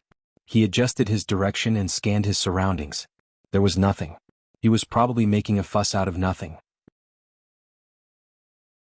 While the sniper was thinking about all this, he didn't notice a faint black shadow swiftly circling behind him from the moment he raised his gun to shoot. The path it took was also very tricky, as though it didn't even cause a ripple in the water. The figure raised her eyes, and the moonlight shone into her eyes. There was a hint of evilness at the corner of her mouth. What a pity for the little gray rabbit. However, throwing stones to test the waters was indeed the fastest method. With that thought in mind, Bojio turned sideways and quickly hid herself. She was still wearing a black mask on her face. Even when she was lying on the ground, she didn't remove her mask.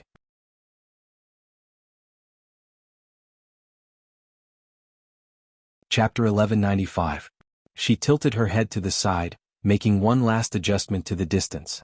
There wasn't a single person around, only the moonlight from Tsinghua University illuminating the youngster's side profile.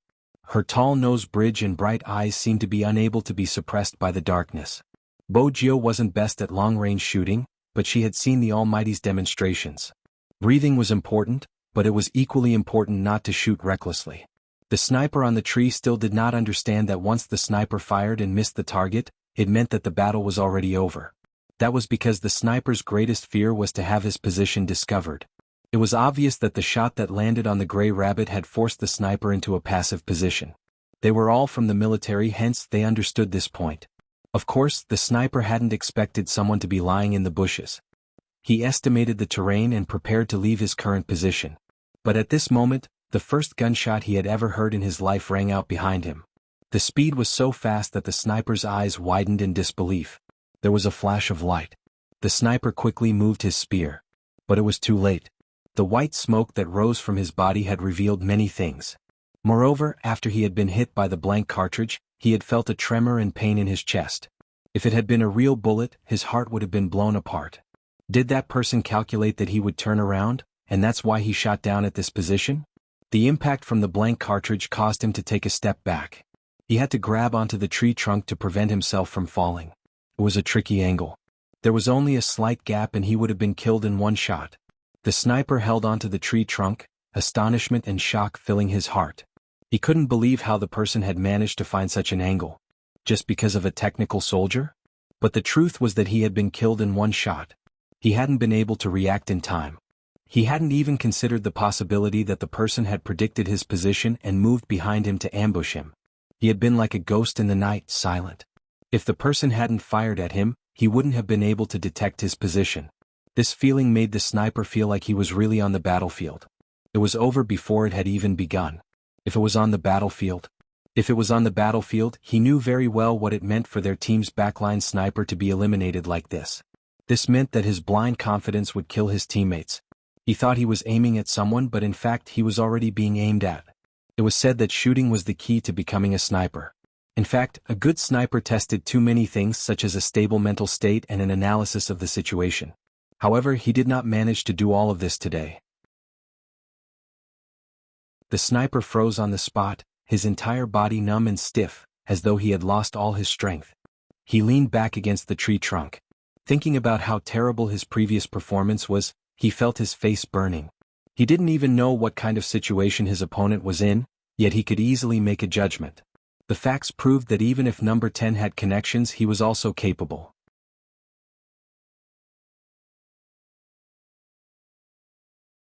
Chapter 1196. At this moment, the youngster, who had been lying in the bushes, stood up. She shook off the night dew on her body, her hair still carrying the scent of fresh grass. If she hadn't pulled her black mask away, it would have been hard to tell that there was another person there. The sniper watched the scene, his heart flipping over. Sweet, sour, bitter and spicy. He didn't know what to feel. The youngster raised her gun, glancing over at him. It was obvious that he had won. The sniper chuckled bitterly, sliding down the tree trunk. In reality, the sniper was at a disadvantage against Bojio, who specialized in cutting the backline. As an esports assassin, Bojio was adept at fighting in the wild, capturing people and hiding in the bushes. Bojio didn't intend to stay in the forest for long since it was a deserted area. The temperature was freezing. Moreover, she wanted to use her new car to make the Almighty happy. She might not have experience in love, but she understood the process. 3 conditions: heat up, heat up, heat up again. That was the only way to marry her. With that, she pulled her black mask over her face, preparing to leave. The sniper also saw through the young man's plan. He had lost this match and he would tell everyone about it. Through this match, he realized that the real battlefield might not be what he had imagined it to be. At this moment, neither of them noticed the silence in the forest. It was as though a ferocious beast was staring at them from the depths of the forest. It was the group of mercenaries that had reached the area. The 5 of them were extremely fast. The way they carried their spears was no different from the local soldiers stationed there. Since it was night time, they couldn't see each other's features. Hence, it was impossible to tell which country they were from. The only distinguishing feature was their military uniform. Just as the sniper was about to leave, he saw the figure moving past him. He paused in his action of raising his spear. Then he turned his head and grabbed the young man. He lowered his voice and said, "There seems to be someone here. Is it because of the military exercise again? Did they send scouts here first?" Bojio didn't think much of it. She smiled. "Let them scout, it's not a big deal." It was a habit to carry a backpack on one's back. But the moment she lowered her head, she seemed to hear something. The sound was very subtle, making it impossible to determine the exact location of the other party. But for one thing, was it like a language? Bojio couldn't hear it clearly, but she frowned suddenly. She took a step back in the direction she was originally heading towards and leaned towards the direction where the voice was coming from. The sound of her footsteps was very soft. Only the sound of her clothes brushing against the grass could be heard. It was as if the night wind was blowing, very quiet. At that moment, the sniper finally witnessed the youth's ability to hide in the forest. It was so quiet that even his footsteps seemed to be judged according to the terrain. All his movements were hidden in the night. Not everyone he knew could do that. The closer Bojio got, the clearer the sound. However, the clearer it was, the easier it was to be discovered. The sniper was right behind her. The 2 of them had no idea what kind of danger they were about to step into.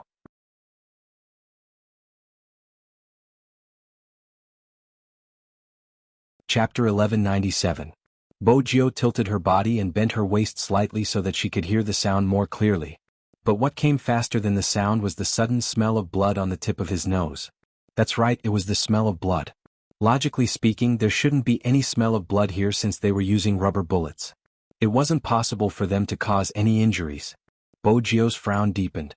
At the same time, she tightened her grip on the rifle. At this moment, she heard the sound clearly. It was indeed a language, but it wasn't the language of Wuxia. It wasn't even the language of an ethnic minority. Instead, there was a mix of M and T languages. The person's voice wasn't loud either. She couldn't hear what they were saying, but she was certain that they weren't Chinese. They weren't Chinese. They were wearing their camouflage uniform. Bojio's heart sank. She wanted to pull the sniper back and retreat. But at this moment, the sound not far away suddenly disappeared. It was as though a conversation had come to an abrupt end. There were a total of 5 mercenaries. The person standing in the middle seemed to have heard something. He stopped abruptly and made a shushing gesture. The others also stopped talking. Not only that, but they also exchanged glances with each other. It was clear that they had sensed something. Another prey had come knocking on their door. That was the first reaction of the 5 of them. Then, under the cover of the night, they turned and scanned their surroundings. Finally, they confirmed a point and raised the rifle in their hands. The person with the Bluetooth earpiece tilted his head. The strongest person in front smiled bloodthirstily. He threw a military knife out. With a swoosh, it slid through the bushes and shot straight at a rabbit. The sniper watched as the military knife flew past him. The youngster's reaction was extremely fast. Before the military knife could reach him, he had already moved the rabbit over. But that wasn't the main point. The main point was that such a military knife wouldn't appear in such a place. It wasn't the equipment in their military unit. In the army, what weapons the garrison soldiers used, which models and what their functions were all kept secret. Only their own people knew, and no one would pick up the model even if it was a military knife. The people on the other side were very fast. They didn't give the snipers any time to react and rushed over. The mercenary was dragged by the youngster, and he maintained his posture without moving. His entire body had merged with the grass beside him, and even his face was buried in it. This also meant that they couldn't see where the other party was. At first, the sniper didn't understand why the young man didn't leave immediately. After all, Rabbit was in front of him. He knew very well that if they had moved just now, they would have been killed just like this rabbit. The newcomer seemed to feel that the situation was a little boring and mumbled something. This time, the sniper's expression changed. This wasn't from his team, and he wasn't Chinese either. The sniper's reaction wasn't as fast as Bo Jio because of the difference in their perception of language. However, both of their hearts were the same. They couldn't sink any further.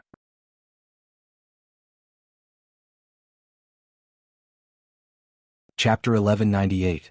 The person on the other side walked over to them. He even raised his rifle and touched the rabbit. The distance between them was less than a meter. The sniper's breathing tightened. It wasn't because he could see it, but because when someone was holding a rifle near you, you would definitely be able to sense the intense murderous aura. A rabbit. The person raised his rifle and picked up the gray rabbit. Bo Jio could understand his language and could hear the suspicion in his tone. Soon, the man raised his gun again and fired at the grassland. Bo Jio wanted to lift her head, but she lowered it once more. Fortunately, they were at a low altitude and weren't injured by the stray bullets. But the destructive power made her eyes sink. The other party was using a real rifle. That wasn't all, it was silenced. It was probably because they were in the forest and it had rained. Some of the defense systems at the border weren't perfect. This way they wouldn't be discovered. Bo Jio probably didn't know what they were here for. But she knew she couldn't let them go any further. 1,000 meters away was China's first defense line. It was a common sight at the borders. Even the difference between Inner Mongolia and Outer Mongolia was due to this defense line. The inner circle was the country. Once they passed the defense line, there would be local villages. Even though there weren't many people living there, there would be scattered houses. This meant that there would be ordinary civilians living there. It was obvious what the defense line meant. Don't waste your bullets. The leader walked over and lowered his voice. Search and see if it's really a rabbit or someone else. The leader wasn't bothered. Even if there is someone, they will treat us as a unit. When we meet a patrol, we just have to keep quiet and let Bassoon answer, and we will be able to eliminate them. We'll leave after killing one more person, do you hear me? The leader was worried they wouldn't stop killing. After all, we have already entered China's borders. Once we are out of the forest, they won't be able to use their guns. Otherwise, it would be considered a breach of international law. But in this forest, once we are discovered, we will lose in terms of numbers. Hence, we have to restrain ourselves. After killing 3 people, we will leave our organization's name. This is the best way to provoke them, understand? Their hushed conversation traveled into Bo Jio's ears. After killing 3 people, they would kill one more? In other words, they had already killed 2 people? When? Where? If it was here, it was impossible for there to be no news to report. Could it be the regiment next door? After they had killed someone from the neighboring clan, they had jumped over here to continue killing. Organization. Bo Jio lowered her lids, a glint flashing past her eyes. It was cold. She thought she had a rough idea of which organization he was talking about. Recently, there was only one organization that they had made enemies with. It had to be said that these people were very fast and very agile. They were even bold and careful enough to sweep through the area just now. If it hadn't been for Bo Jio, she might have been shot even as she lay prone. After those people confirmed that there was nothing here, they didn't leave immediately. Instead, they expanded their search area. Such opponents were the most difficult to deal with.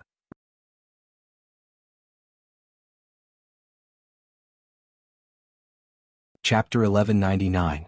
Fortunately, they had the terrain advantage. Both Bo Jio and the sniper were adept at regulating their breathing, maintaining the perfect disguise for a full 5 minutes. 5 minutes later, the 5 of them stopped searching. Looks like it's just a rabbit. The leader put away his spear and said, "All right, let's not waste any more time. Take advantage of this time to take some pictures of the situation here. When we get out of here, we'll upload them to the internet." It was common knowledge that there was no signal in the no man's land. The 5 of them spoke through the Bluetooth earphones in their ears. As soon as he heard they were going to take pictures, the sniper clenched his fists. Every checkpoint at the border was very important. Once these people took a photo and posted it on the internet, it would be very easy for them to be ambushed if there were any problems at the border in the future. The sniper understood this. It was impossible for Bojio not to understand. It was just that a head-on clash was extremely disadvantageous for them. After all, the other party was using real guns and they had more people than them. Everyone was even wearing a communication earpiece. It wasn't that she hadn't thought of a one-on-one attack, but under such circumstances, it wasn't possible. The sniper also understood that if they made a sound now, not only would they be discovered, but they would also be of no use to the current situation. This was not because of anything else, but because the troops did not know that this group of people had entered. What loophole did he slip into without anyone noticing? Beads of sweat formed on the sniper's forehead. As the sound of footsteps rose, those people finally left the area around them. The sniper was the first to stand up, but the young man grabbed him back. Go back and tell Captain that there's an enemy invasion. Tell Captain Chin the general direction they're heading in. I'll follow them and mark the way. I have a USB drive on me that has the same origin as Captain Chin's USB drive. It will detect the enemy's presence within a certain range. Tell this to Captain Chin. Since they're here, we can't let them leave. The sniper's eyes darkened. No, you go back. I'll stay. It's more suitable for me to stay. You're a good sniper, but you're only suitable as a sniper. This time, it's obvious that you won't be able to use a sniper.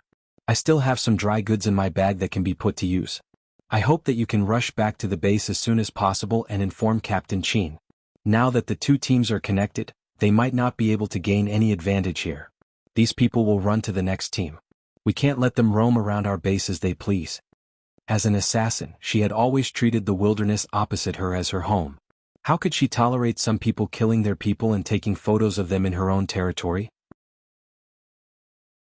This was a provocation, and if this provocation was not suppressed, the other party would only become more and more unbridled. Besides, she could still remember how he had taught her calligraphy after watching a movie when she had been very young. Those who offend China will be punished no matter how far away they are. People often say that Wuxia is a country with a large population and a poor quality, etc. Yes, it was still developing and it was indeed not perfect enough.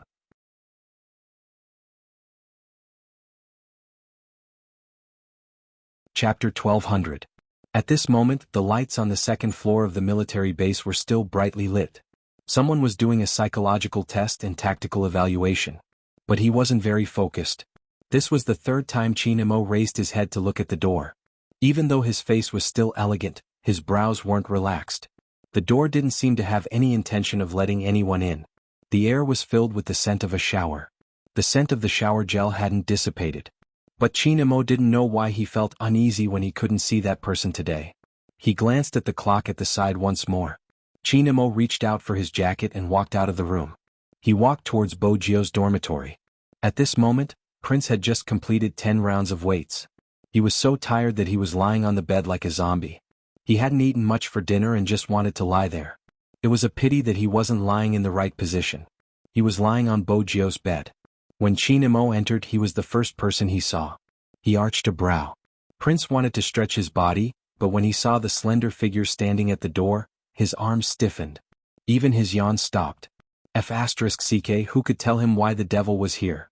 Prince had always been a fearless person, but at this moment, he stood up instinctively and saluted. Captain Chin. Chinamo glanced at him, his gaze landing on the single bunk bed behind him. Where did she go? It was a simple question, but it sent chills down Prince's spine. Even though there were many duels in the military base, there weren't many duels in the jungle. After today's phone incident, Prince had a basic understanding of the devil's methods. He had decided to betray his teammate. Since she was his family, he wouldn't be severely punished. Reporting Sugar Daddy. Prince bit his lips. Recruit number 10 was challenged by someone in the jungle. He should be in an uninhabited area outside the military base. Chinmo's brows furrowed. *T, this was really *T. Even though he wasn't the person involved, Prince didn't think he was happy. It seemed like even if his brother won, he wouldn't be in a good state. With such a cousin, life must be tough. Prince's mind was filled with thoughts. At this moment, Chinamo threw out another question. How long have you been in there? Prince didn't expect the other party to think about the time. If it was his previous instructor, he would definitely be furious. Sir, it should be more than 2 hours. Chinamo tilted his head, stuffing one hand into his pocket. When he looked up, Ji Shitting's voice was heard. Even Prince, who was standing at the side, couldn't help but sigh. The other party was indeed handsome. Even someone like him, who had always won with his looks, felt a little inferior. Don't tell me this military unit selects people based on their looks? It's taking too long. This was Qin Mo's first sentence when he turned his head. For some reason his eyes seemed to have dimmed. Prince didn't understand. Too long? She's good at taking a detour and fighting in the jungle. 2 hours is too long for her to eliminate a sniper. Qin Mo repeated himself because he was still analyzing the situation. Prince's mouth was agape. Honestly, Captain Qin, that sniper is the best rookie in the team other than Wolf. This is a battle, not a one-sided slaughter. Why did you say that he's a financial backer, and that you'll destroy him? Why did he have the feeling that someone had unknowingly shown off his little brother? Qin Mo looked at the night sky outside. He retracted his gaze and continued to ask, which direction did she enter the no-man's land from? The west side of the training ground, the small forest. The moment Prince finished his sentence, the tall figure in front of him turned around. She didn't even look at his expression as she walked down the stairs. What did she mean? Prince was dumbfounded. At this moment, the sniper understood that if he continued to stay, he would only be delaying the rescue of his comrades. The military unit was only 1,000 meters away. He had to hurry so that he could pass the information to the military unit in time and save his comrades. Just as Bo Jio had said, she was in charge of tracking them and keeping them in the forest at the crucial moment. The forest at night was undoubtedly dangerous. The wind was chilly. Amidst the bushes, the youngster held her rifle and moved in a snake-like manner, silently catching up to the mercenaries. It wasn't because the mercenaries were slow, but because Bo Jio was too fast. Other than killing, their main goal was to collect information on the defense system. Hence, along the way they used their phones to take pictures of every place with metal mesh. Of course, they couldn't touch the metal mesh because it was used to detect intruders. The moment anyone touched it, they would be electrocuted. This time it was obvious that these mercenaries came prepared. They wore anti-electricity gloves and touched the iron net. Then they laughed. This kind of defense system really can't do anything good at the border. In the future, if anyone wants to take revenge on the Wuxia troops, they will have to wear an anti-electricity suit. The signal defense tower over there isn't bad. Another person raised his hand. Gotcha. Another photo was locked on his phone. There doesn't seem to be anyone here. We'll be inside if we go any further. Should we kill a few civilians? We've been walking for so long, I'm hungry. Don't fight and kill all day. Have a meal and give them some fans. Bring our organization's products to them. That's the best choice. The leader raised his rifle. Are you done? It's done. Let's go to the other team, there aren't as many people here. Don't forget, we are still short of one person. After saying that, the leader was about to pass through the residential area of the nearby village and head toward the 147th Regiment. Previously, Bo Jio had mentioned that they couldn't allow anyone to pass through the defense net. Because on the other side of the defense net, everyone was unarmed. The youngster's dark eyes looked down. Then he turned his body sideways and pressed his back against the tree. Then he pulled open the military backpack he was carrying. Inside was the only electronic car she had with her. She had wanted to give it to the Almighty today, but it seemed like she had to use it now.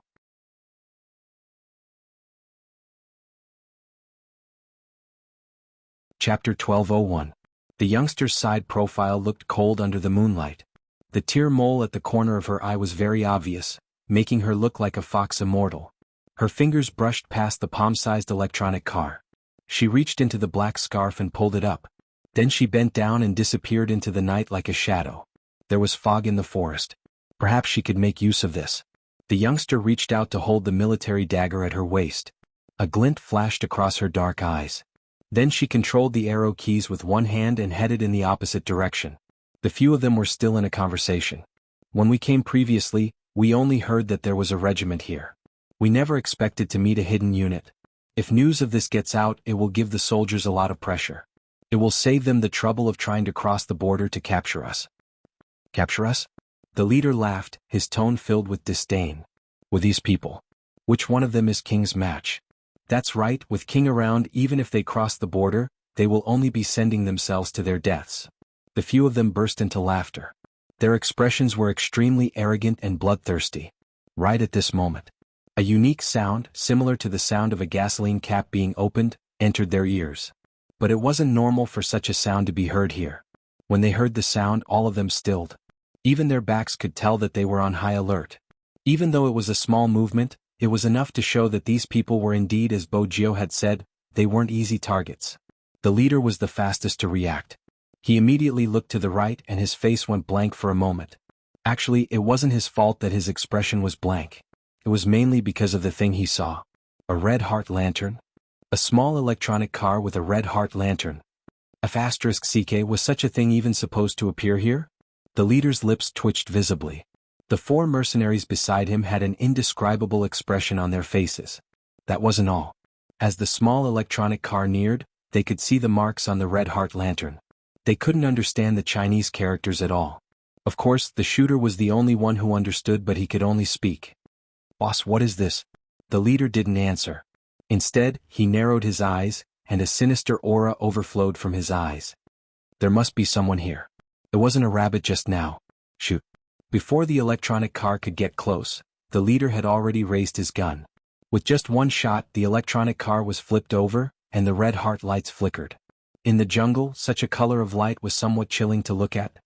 "Boss." The person who shot the gun opened his mouth again.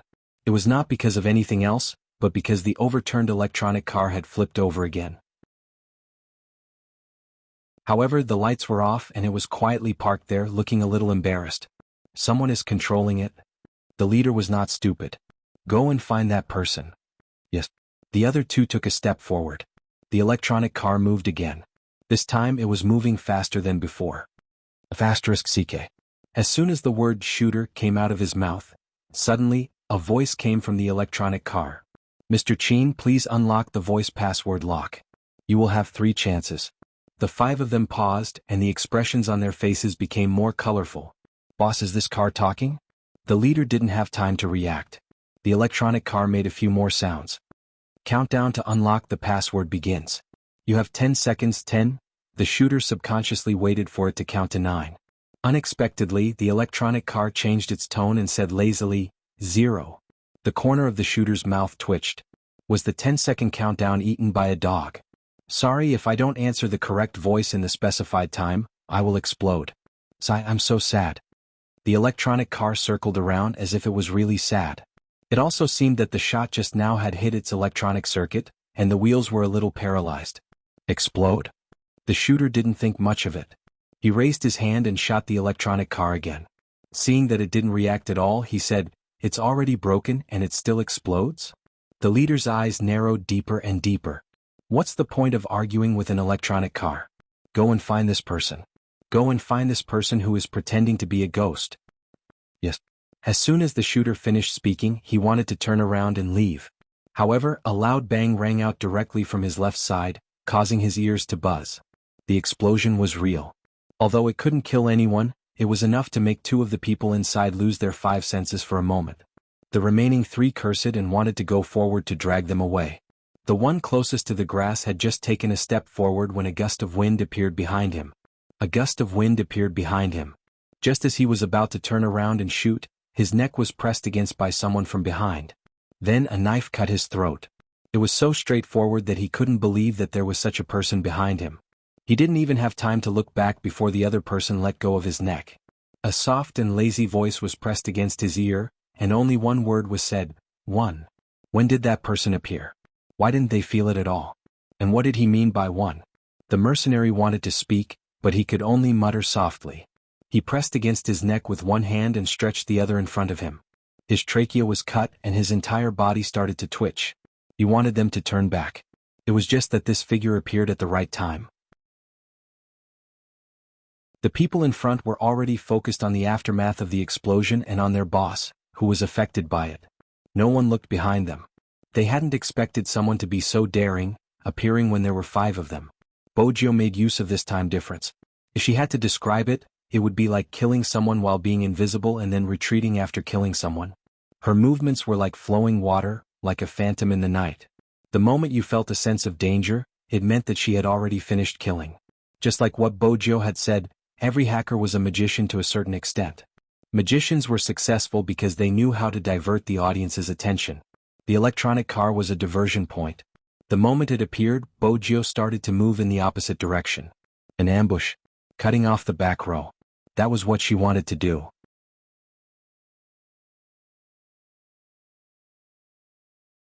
Chapter 12:02.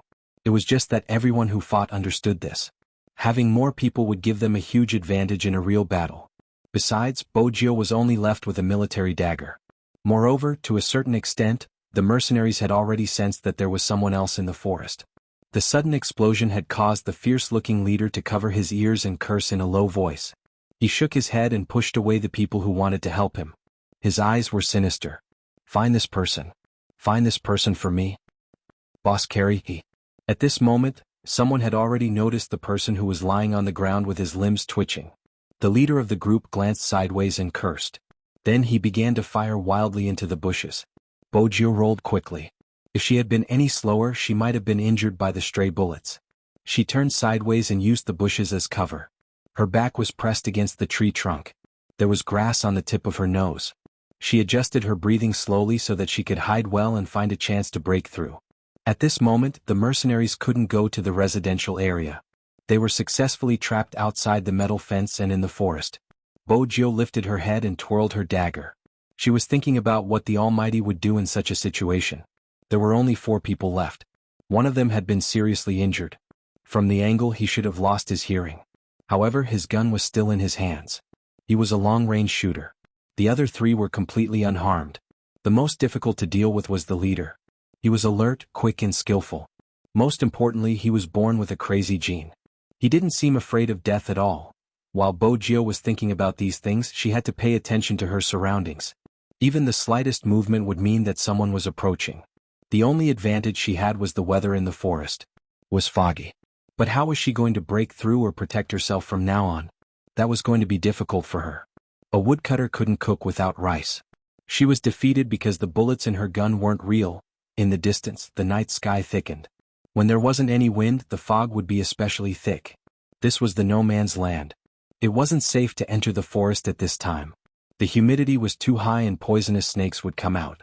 Therefore, the army had a rule that unless there was a military demonstration, no one was allowed to enter except for the garrison personnel. Hence, when the soldier on night duty saw the person walking towards him, his originally bright eyes turned even darker. He clicked his heels together and gave a standard salute. Captain Chin. Even though Chin Mo was now a major general, the people here were used to calling him Captain Chin. Is there any problem? Chin Mo's words caused the soldier to pause. No, everything is normal, even the infrared is normal. Normal? Chin Mo lifted his lids and looked into the dark night. He frowned again. Give me your backpack and gun. The soldier didn't understand why Captain Chin wanted his things, but in the military he had to obey orders. Yes.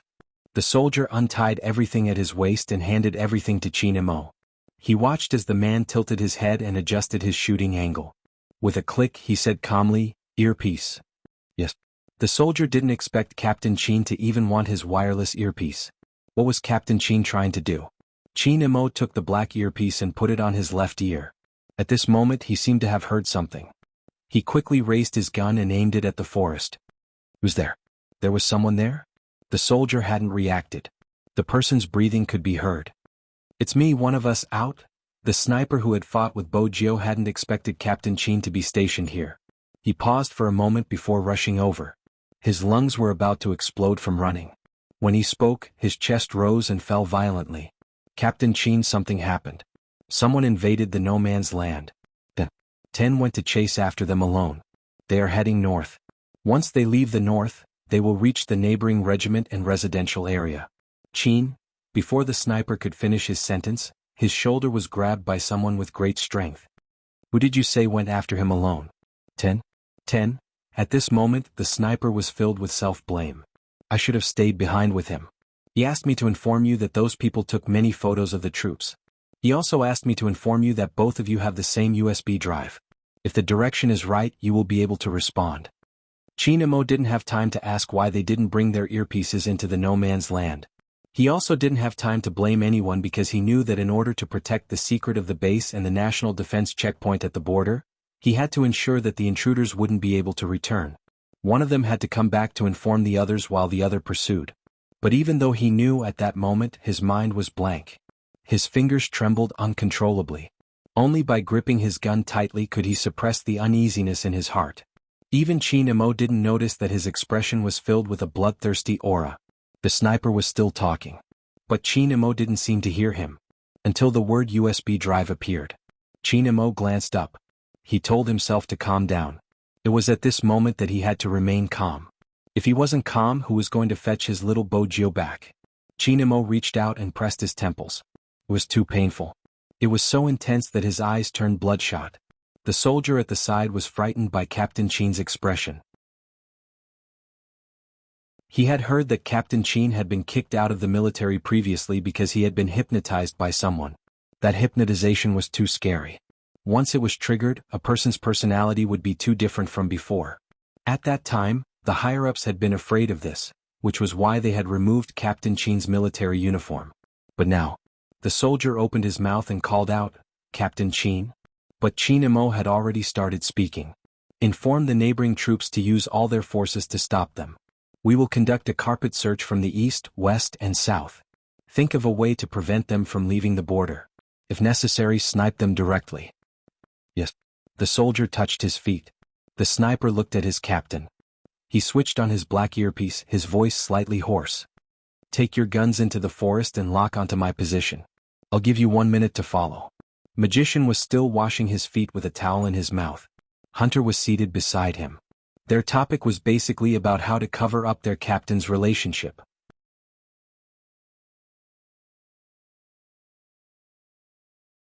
Chapter 1203.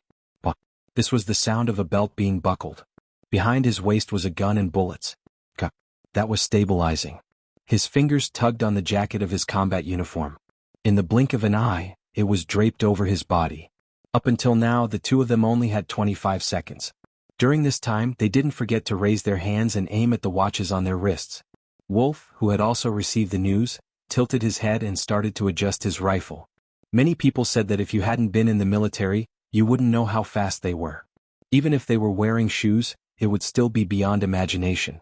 That was indeed the case. It wasn't just fast, it was the rhythm of their bodies over the years. Other than being fast, their movements were uniform. It was so neat that it was shocking. From the moment they received the order to the moment they arranged everything, Magician and the others only took slightly more than 30 seconds. The next moment they moved out like wild leopards. At this moment, Qin Emo had already entered the forest. The soldier who was watching Qin Mo's back opened his mouth. He turned to look at the sniper, slightly worried. Will there be any problems? After all, Captain Qin wasn't in a good state. The sniper was relatively calm. It was probably because he had experienced real bullets today. He knew what to do. Follow Captain Qin's instructions, I'll report to the general. In the distance, in the dense forest, there wasn't any wind but the temperature was extremely low. If a person didn't move for a long time in such a situation, they would definitely feel cold. That's right, Bojio felt cold. When the fog rose, the temperature on the ground would be extremely low. In order to better disguise herself, she blended into the bushes. Her fingers were extremely cold. It could be seen from the color of her lips. But she couldn't care less about the cold. She had to think of a breakthrough because the four of them were already walking towards her. There was another way, which was to lure them into the forest. But that would mean that she would completely lose contact with the military. The information she brought back was from the north. The deeper they went into the forest, the further south they went. Moreover, the south side was the territory of another country. Hence, she couldn't lure them into the forest. Bojio thought about this. While the fog was still thick and they hadn't reached the forest, she stood up and grabbed onto the tree trunk. She swiftly climbed up the tree. The tree trunk could only be used as a support point. The higher she climbed, the more hidden it would be. But thanks to her quick reflexes, Bojio managed to react quickly. After the four of them arrived, the first thing they did was to sweep the entire bush. However, the people on the other side still found traces. It was obvious that someone had run over the bushes. These mercenaries weren't stupid, and the leader was especially difficult to deal with. He bent down and touched the fallen grass with his fingers. He narrowed his eyes and smiled at the empty forest as if he was teasing a cornered mouse. Stop hiding. After you left the grass, there were no traces of you around. We didn't hear anyone leaving either, which proves that you haven't left. Since you haven't left, I've scanned the grass. There's no one here, so you must be hiding in the tree. Since you've climbed up the tree, it's not easy to come down.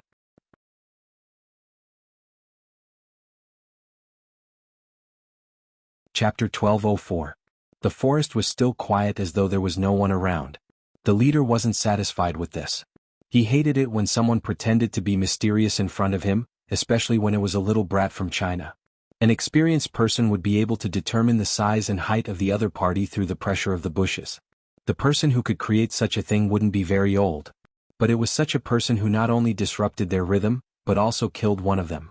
The leader's eyes were filled with hatred at the thought of this. Even if he had to leave early, he had to kill the little brat who had disrupted their plans. Do you still want to continue playing hide and seek? The leader smirked. You should be the only one here, right? Let me guess, you don't have any other weapons besides a military knife. Otherwise, you could have used a silencer to shoot from afar when we didn't notice you. It seems like you have no other choice but to risk your life to kill us. As the leader spoke, he raised his gun and shot at the top of one of the trees. With a bang, the leaves scattered and the crows flew away. Not this one. The leader laughed coldly. It's okay, we have bullets. We can take our time to find him. With that, he gestured to the people beside him, one on the left and one on the right. He meant for them to split up. The other three nodded. They were excited about the massacre that was about to begin. From their point of view, if the other party was alone, he would be courting death. He dared to appear in front of them and ruin their plans, killing their people. It seemed like this little brat didn't know what kind of people he was facing. The leader of the group wasn't wrong. They had confirmed the range. Even if there were no less than 30 trees around them, they wouldn't be able to find him in 3 minutes. However, if they really wanted to find him, the 4 of them could find him in 3 minutes. But because of this, they couldn't move recklessly. But at this moment, suddenly a military fighter jet flew over the forest. No, it wasn't just one. Other than this one, there was another one in the distance. That was because the fighter jets were breaking through the clouds and flying towards them uniformly. They hovered in the sky in a very large scale, and each of them was terrifyingly elite. There was a distance between them, and they were flying in a triangular formation, bringing with them a sense of deterrence. A total of 7, like iron armor, leapt into the eyes of the mercenaries. The flag of Wuxia was also printed on it, bright red and eye-catching. Bibus, we've been discovered? Someone was so scared that even his voice began to tremble. It wasn't that he didn't have a future, but these infrared fixed-point fighter jets were really too scary. The leader sneered, so what if we're discovered? There's no light above or below us. Do you think they can discover our location? At this moment, the fighter jets issued a warning. You have violated our territory. According to international law, our country has the right to shoot you on the spot. Warning, put down your guns. Boss. One of them panicked. The leader slapped him. Listen carefully, this is just the first warning. According to international law, they can only shoot after 3 warnings, do you understand? Besides, I'll say it again, how far are they from the ground? Do you think they can see us? Idiot. While saying these words, the leader also felt the pressure. He didn't know whose idea it was. Warning them from above? Was it to make them feel afraid? Whose idea was it? Of course it was Qin Mo's. The soldier who was worried about Qin Mo's condition was completely wrong. When it came to Bo Jiu, even if Qin Mo wasn't in a good state, he would force himself to be calmer. He would start from the mentality of the invaders. After entering the forest, he would order the headquarters through the earpiece and send out the fighter jets. This was to make the invaders panic and buy some time. Boss, let's retreat quickly. The person who was called an idiot wasn't bothered at all. He just wanted to escape as soon as possible.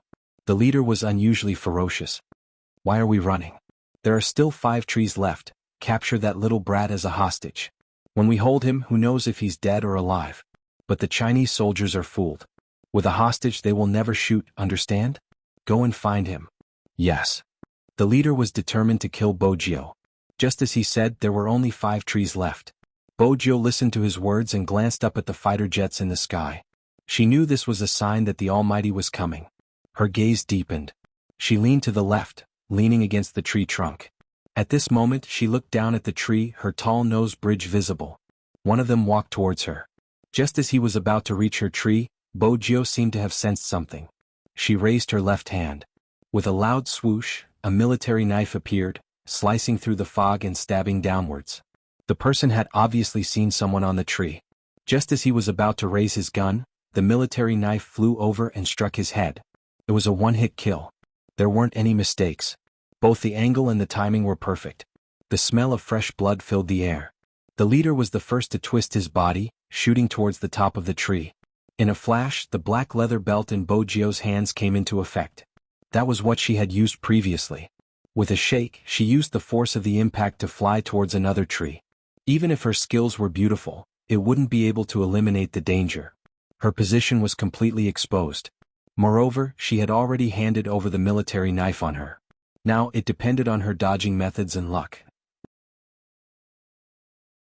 Bojio had handed over the military knife because the USB in her pocket had lit up with a red dot. This meant that the Almighty was within 500 meters. She kicked with her long legs, using the force from the kick to counterattack. This move looked cool and could also help her avoid the bullets to a certain extent. But it was extremely tiring. After flying 3 times, Bojio's breathing was different from before. There was an obvious rise and fall in her breathing.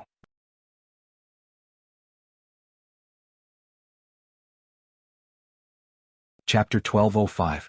With that, he was about to rush forward. But the next second, the leader froze. It was not because of anything else, but because the person who was originally walking beside him suddenly fell backward. His fingers were still maintaining his walking posture. His mouth was wide open, and his eyes were still filled with panic and disbelief. But the man had already stopped breathing. There was no warning at all, but there was a muzzle on his forehead.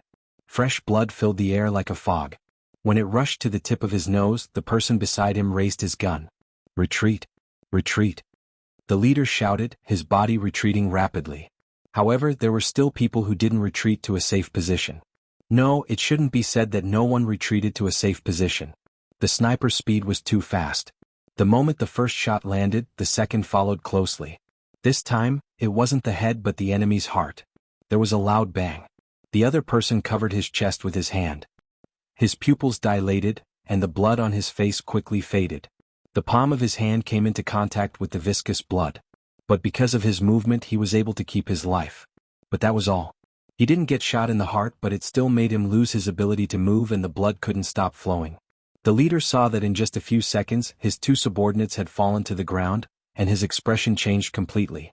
It was as if at this moment he felt fear.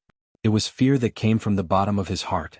Because he had never seen a sniper kill 2 people consecutively in such a short period of time and with such high accuracy, even if they were still moving. They weren't moving like ordinary people. Who exactly was it? The leader's chest rose and fell, he leaned against the tree trunk, breathing heavily. The mercenary who wasn't completely dead looked up at him, probably hoping that his boss would pull him over. But under such circumstances he couldn't go out. That kind of shot followed by the next shot. Just who was it that got hit by the first shot? Only Bojio, who was standing on the tree, knew who it was. 300 meters away, the figure with a long rifle walked over. He was even faster than her. From top to bottom, his disguise was almost perfect, the same color as the forest. When he raised his gun to aim, he was like a perfect sniper. Smoke lingered around him, shrouding his slender figure, making it difficult for others to see him. But the strange thing was that there was a strange atmosphere around him, especially when he aimed and shot. It was as if a gun had drawn an invisible barrier. That was why there was that saying, once the spear was erected, there would be no one within 800 meters. The leader was smart. He quickly realized that they were going to fail this time. He picked up the phone on the ground and quickly retreated. After the fighter jets locked onto the source of the gunshot, they all flew over like they were patrolling. This made the leader's scalp go numb. Needless to say, the other one's legs were trembling. "Boss, what should we do? It seems like we can't escape." "There's no need to run. Do you see what's ahead? We're only 1,000 meters away from the border. As long as we get there, even if we're discovered, they won't have the right to catch us," the leader said as he ran forward. The mercenaries ran especially fast. Even though they were in the jungle, they weren't ordinary people. They had a certain level of combat experience and knew how to walk on such a path. Rather than saying they were walking, it was more realistic to say that they were running. But they still had some equipment on them. This really affected their speed. Many of the bombs were thrown behind them in advance to prevent anyone from chasing them from behind. But when the bomb exploded, it also revealed their whereabouts. Bojio held onto the branch and shook her head. She reached out and patted her ears. She continued to use the belt to move forward. There was someone behind them. Even if they were on the tree, it was impossible for them not to notice him. "Boss, that soldier keeps following us. D***, he's like a cockroach." When the leader heard this, a ferocious expression filled his face. Throw the bombs at the tree. Yes. There weren't many bombs left, but it was more than enough to deal with one person.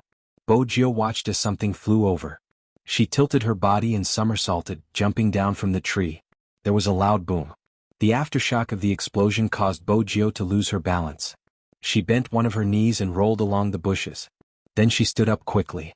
Her movements were fast, so fast that it was dazzling. But if it hadn't been for her skills and reflexes, she might not have been able to dodge the bomb. But Bojio knew that she couldn't hear anything at this moment. The youngster tilted her face and supported herself with one hand on the ground. Her eyes were as bright and deep as the stars. At this point, she already understood the other party's intention. After all, she was a criminal. She would often use all sorts of excuses to explain herself in lawless areas and make the police helpless. In front of them was the exit of the jungle. Once they left this place, they would no longer belong to China. When that time came, they would have to deal with these people according to international rules. Once they followed international rules, the governments of country M and country T would intervene. The criminal would be transferred to their own countries to be judged. When that happened, the whole world would know that China couldn't even defend against a few mercenaries. The deployment of the military would also be exposed. Hence, she had to think of a way to delay these two people. Bojio had already rushed out. She didn't follow behind them. Instead, she went around them. When the person in front saw that the figure didn't follow them, he smiled. It was rare for him to feel a murderous aura at this moment. Boss had hit. That person should be safe now. Don't forget that there is still a sniper. Until now, we still don't know where he is. The leader didn't slow down at all when he said this. However, there was no sound of flying behind them, which made them feel a lot more relaxed. Especially since the other person didn't have any burdens and didn't need to be on guard against anyone. Just as this thought entered his mind, before it could disperse, he heard the sound of the wind. Suddenly, he heard a gust of wind, and before he knew what it was, he had already been hit. There was a loud clang. Someone used a long spear from the side. The handle of the spear hit his head and he fell to the ground. This time there was no metal rod. There was also a long spear.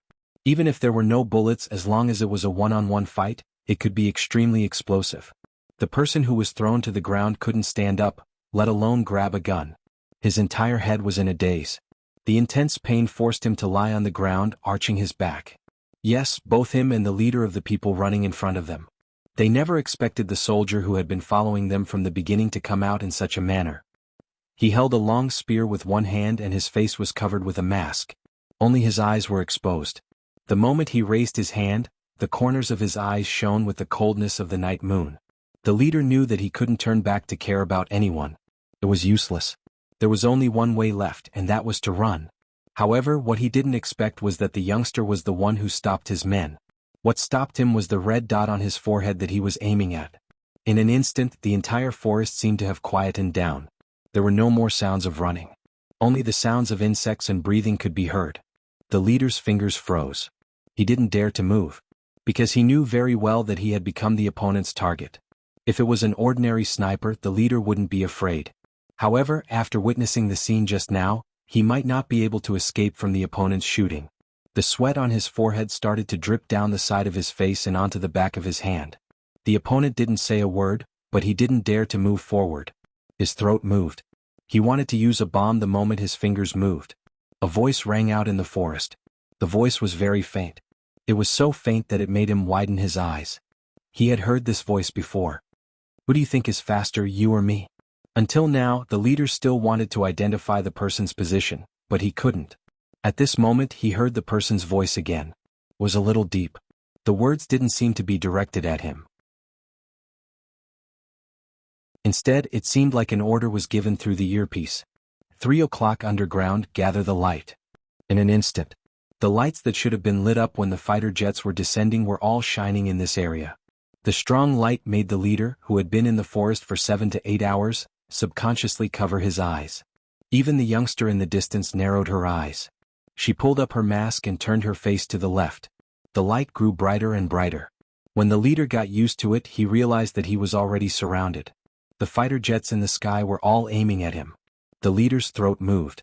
He knew that the real reason he couldn't escape was because of the sniper in front of him. If it wasn't for the infrared lock in his command, these fighter jets wouldn't have been able to discover him. He wouldn't have frozen there for 10 seconds. At this moment, the leader saw the sniper's figure clearly. That's right, it was just his figure. Because he walked out from the light. Standing against the light, he couldn't make out his facial features at all. He just held the rifle in one hand and walked over with the aura. The leader's arms stiffened again. Then he saw a pair of eyes that seemed to reflect all the light in the world.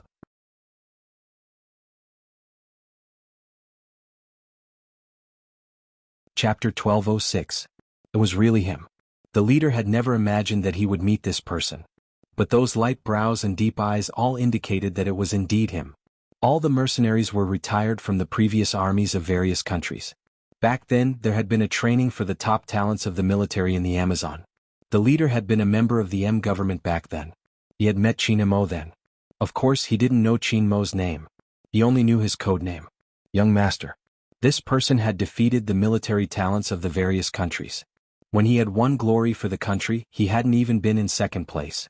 The leader had tasted Qin Mo's prowess. But all these years he had never heard of this code name in any of the military units in China. Moreover, there were rumors that this person had been eliminated by the organization he was currently in. Hence, the leader had never felt that there was anything to be afraid of. Now, when he saw that person, even his back was stiff. The people on the destroyer started to descend, surrounding him in the middle. Capture him alive. The person only said 2 words, but it made the leader's hair stand on end. He couldn't imagine what would happen to him if he landed in the hands of this person. Did Kawang know that this person had returned? It was obvious that Kawang didn't know. The news he received was that Qin Mo had been kicked out of the military and the hypnosis hadn't been removed. The military wouldn't allow a person with hypnosis to carry out a mission. Under normal circumstances, that would be the case. If it wasn't for the fact that this matter was too difficult to deal with and for the sake of safety, Qin Mo wouldn't have returned. But this was based on Qin Mo's own will. Kawang would probably never understand. In Wuxia there were some people who were born to protect. One was the Tang family and the other was the Qin family. Those responsibilities and burdens had already been engraved into their bones. Whenever we're needed here, we'll be there. This was what a young major general with the surname Tang had said a long time ago when he was filling out his retirement report. It was the same for Qin Mo. Even Kawang couldn't understand it, much less the leader. Everything had ended. The operation had been successful. There weren't any casualties. This was the news from this side. The next team was different. When they were searching the forest, they found 2 corpses. It was these 2 people that stopped the mercenaries from crossing the defense line. Being stationed at the dangerous border was a kind of bravery in itself. Because those who had never been there would never understand what kind of mentality they had and what kind of harsh environment they had overcome in order to hold on to this inch of land. The leader was dragged onto the fighter jet by the special forces. Qin Mo lifted his eyes and looked at the person who was still standing beside the tree. He called out twice in a row, but the person did not respond. Instead, he tilted his head and patted his ears. Qin Mo leaped over, his eyes still red. Without a word, he cupped the youngster's face, his voice low. Your ears are ringing from the explosion? Bo Jiu couldn't hear his words, but she could read his lips. She nodded and wanted to slap him again. However, her hand was grabbed by the Almighty. With his free hand, he reached out to touch her ear. This one? Her instincts told her that the Almighty wasn't in his right state. His eyes were bloodshot and this wasn't his usual self. That was indeed the case. Sometimes, the more a profiler forced himself to analyze and write calmly, the more pressure he had to endure. Every time he did a profiling, it would take a lot of effort to analyze everyone's route and the other party's method. This was the image that Qin Mo had already sketched in his mind. But even so, he was worried that he would make a mistake. If he made a mistake, the price he would have to pay would be her. Bo Jiu felt the grip on her wrist tightening. The other hand was caressing her ear gently, his voice low. What about now, can you hear me? Boss. Bo Jiu felt that it was time to get closer to him. Hence she leaned closer. Qin Mo still, not saying a word. When no one was looking, Bo Jiu lowered her voice. Perhaps a kiss will make it better. This time, Qin Mo smiled, the blood in his eyes fading. A kiss will make it better? Yes, Bo Jiu replied seriously. Qin Mo's fingers rubbed the ear again. His voice became as deep as the night. I'm scared. Bo Jiu hadn't expected to hear this. She froze. Qin Mo watched her, his gaze hiding too many things. What if I don't arrive on time? Bo Jiu felt that it was time for her to say something. Just as she was thinking about it, the hand on her ear left and the grip on her wrist tightened. Captain Qin. A patrolling soldier walked over and saluted. "Clean up, we found all the phones and the guns." "Got it." Qin Mo's voice was calm. "Inform the troops someone is injured." The patrolling soldier. Someone was injured? Where? This wasn't something he could ask. He could only contact the medical department immediately after receiving the order. Very quickly he lifted his head. The doctor asked about the specific situation. Where is the injury in the lungs? Does he need surgery and how is the blood loss? Temporary tinnitus caused by the explosion. The patrolling soldier wasn't the only one who froze. Even the doctor who received the call felt his mouth twitch. "Boss, are you kidding me? Why did he have to inform him about a tinnitus? He was an authoritative person. Be it psychology or surgery, he was the best of the best. And now he had to treat a temporary tinnitus." The person with the codename doctor wanted to say something. As usual, Qin Mo didn't give him a chance to speak. He brought Bo Jiu onto the plane. The patrolling soldier was on the same plane as well. He took the opportunity when Captain Qin turned on his Bluetooth earpiece to make the final report. He lowered his voice. "Boss, the injured person isn't you, right?" Bo Jiu lifted her head and looked at the curve of the plane, her posture lazy. "It should be." The patrolling soldier paused. "But can't you hear me? What happened to the tinnitus?" Bo Jiu tilted her head, her gaze devilish. "Youngster, you are still too young." She had made a mistake. If she didn't pretend to be sick, the Almighty would punish her to stand facing the wall. But Bo Jiu hadn't expected that her tinnitus would cause her to be treated like a level 1 disabled person. This time she was probably famous in the military. It could be seen from the shock in the patrolling soldier's eyes. Bo Jiu thought that was the end of the shock. But unexpectedly, when they alighted from the plane, the Almighty suddenly carried her up. Bo Jiu hugged his neck instinctively. The next second, she fell into his embrace, her face rubbing against his. His soft skin and the curve of his face, along with the faint smell of gunpowder. The patrolling soldier wasn't just shocked. Instead, he looked as though it was the end of the world. Hunter and magician, who had been waiting for a long time, widened their eyes. After all, when they saw this scene, they couldn't describe how they felt. The doctor frowned and asked, "What's this? Carried? When had their boss carried anyone before?" "An injured person." The two indifferent words were heard, and the straight men on the other side heaved a huge sigh of relief. So it was an injured person. Captain Qin still cared about them occasionally. This was the reaction of the soldiers. When Hunter and magician heard the two words, they glanced at each other before shifting their gazes away. This was a good explanation. The doctor's lips twitched. "Boss, explain to me. What kind of injured person with tinnitus needed to be carried into the infirmary?" But the others weren't paying attention to this. Every soldier stationed here only knew one thing, and that was that their operation had succeeded. In the past, there had been people who felt that recruit number 10 wasn't very powerful and that everything was just luck. But now such voices were gone. This was because they all knew how dangerous it was to stalk someone without any ammunition or even to fight with them. They were gambling with their lives. If the youngster hadn't been there, they wouldn't have known about this invasion. Even if they had known, they wouldn't have been able to eliminate them at the best time. No one would forget this point. Number 10 was worthy of that military uniform. He was even more outstanding than them. Due to the severity of the situation, the general and regiment commander took the military plane together and sent all the information to Jiang City at the first instance. From all aspects, it was confirmed that the mercenaries were Kawang's subordinates. And through the sniper's brief recount, it was confirmed.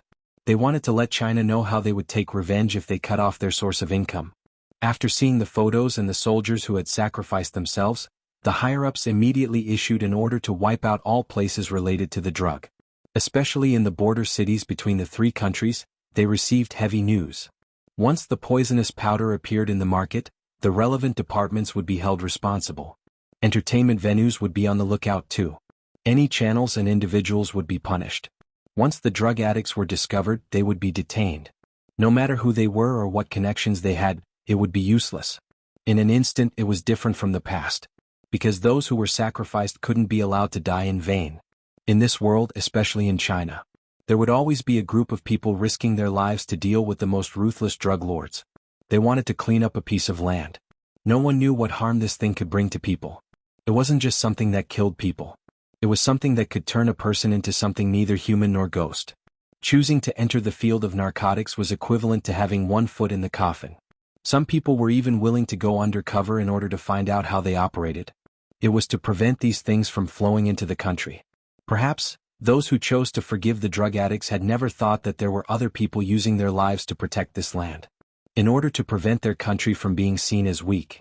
In order to ensure that the people who left the country would always remember that no matter when or what they encountered outside, there would always be a strong shield behind them. It was a pity that not everyone could understand it. The sky outside turned darker. After the success of the operation, the troops became even quieter. Because they really needed a good sleep. In terms of garrison, there were twice the number of soldiers. The biggest change was in the area of garrison. It extended another 1,000 meters.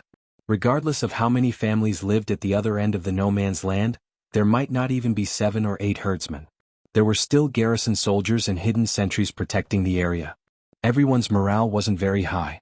Even if something didn't happen to their troops, it was the people from the neighboring regiment. Usually, they didn't like each other during military demonstrations, but they didn't expect this to happen. The doctor who was doing a psychological test with a pen also realized that after this incident, some soldiers were not suitable to stay. However, this wasn't the main point. The main point was that as a doctor he was actually chased out. And he was chased out from the infirmary. He scratched his face with the pen. Why were there mosquitoes in this weather? The doctor in the white coat was really pitiful. Squatting outside the door, what else could he do? He could only find another place to sleep. However, there was one thing that he was concerned about. He had heard from the sniper that before his boss entered the forest, he wasn't in a good state. Indeed, something wasn't right. When the doctor saw his boss for the first time, he noticed that his eyes were bloodshot. That was related to his head and mental state. This meant that before this, his boss's head must have been hurting to a certain extent. But why was he still so calm? The entire unit, including General Qin, was worried. Once his boss couldn't take it, what would he do? During the mission, he would recall the past and his head would hurt so much that he couldn't hold his gun. He was the soul of the entire unit. If he made a mistake, the mission wouldn't be completed. However, today the doctor turned back to take a look. He muttered to himself subconsciously, "It's not that it doesn't hurt. Rather, compared to the pain, there's someone important waiting for him." That's why he forced himself to calm down. He even forgot about the pain. He remembered what his former mentor had said. Don't underestimate Qin. His mental state was so strong that it was scary. It was indeed scary. However, it was scary that wouldn't hurt anyone. This was probably the reason why they trusted their boss so much. No matter how many years had passed or what he had been through, he had never changed. Except for the fact that he was abusing dogs. The doctor adjusted his white coat again. He decided not to look for trouble anymore. At this moment, the lights in the entire unit were turned off. Even the light in the infirmary was illuminated by a large flashlight. When it shone on the young man on the sick bed, there was an indescribable haze to it.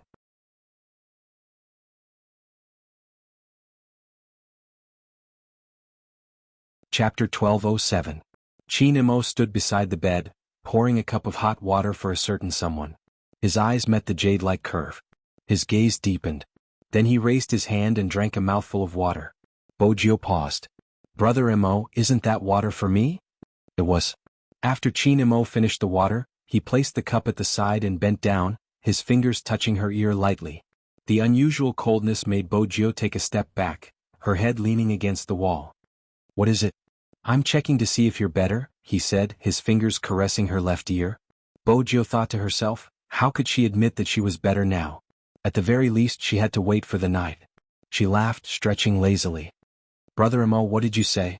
I can't hear you clearly." "I'm not sure."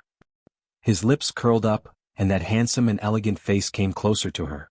When his thin lips parted, she could see that beautiful curve, and he was very leisurely. A kiss landed on the tip of her ear. Bojio's heart trembled. "Hey, the Almighty, this is against the rules." She reached out, wanting to push him away. It wouldn't be good if someone entered. This was the infirmary after all. "What is it?" He pressed her wrist and leaned his lips against her ear. His breath seemed to be able to envelop her completely. "It's not like a kiss can make it better." He was using her words against her again. Bojio interlocked her fingers with his. "This is the infirmary. Did she make herself clear?" "Oh." Qin Imo dragged his voice, his unique voice carrying a hint of elegance. "Our sugar daddy is afraid of being seen too." Bojio pretended to not hear what he was saying. She had to be thorough in her act. Qin Imo chuckled, inching closer. Do you think it's a coincidence that we're the only ones here? Of course not, that's why I have to act sick. Almighty, you haven't been yourself since the start. Bojio didn't continue the topic. Instead, she reached out and held onto his head with enough strength to fight another round. But in front of the Almighty, she rubbed it lightly, her brows still furrowed. Are you jealous because of your headache? Chinemo stilled, his pupils dilating in an instant. Then he returned to his original state, his smile overflowing. Compared to a head massage, there's something else that relieves the pain faster. He looked at her. His gaze was as deep as the night outside, causing Bojio to freeze. The next second, the flashlight seemed to have run out of power, and the surroundings were plunged into darkness. Bojio was about to turn on the flashlight, but his aura was already one step closer, pressing down on her. Then he whispered in her ear, "The way you look in the hospital gown makes me want to do something." Before Bojio could open her mouth, he lifted her chin and pressed his lips down. His lips were soft and lingering, carrying the scent of tobacco. It was a light kiss, soft and cool to the touch. It reminded her of peppermint candy. However, the more time passed, the more intense the kiss became. He sucked on the tip of her tongue until it was numb. Their fingers were interlocked, but when Bojio exerted force, he chuckled lowly. After he released her, his lips were still pressed against hers. "Do you like it?" In the night, Chinemo was like a demon from the deep sea. Even his voice was lazy and sexy, heating her up. On top of that, he was very different today. "I've always wanted to do something like this, even when I close my eyes. As expected, we shouldn't be staying in the same room." That kind of voice, while ringing in her ear at the same time, it lightly pecked the back of her ear. Bojio felt her blood heating up.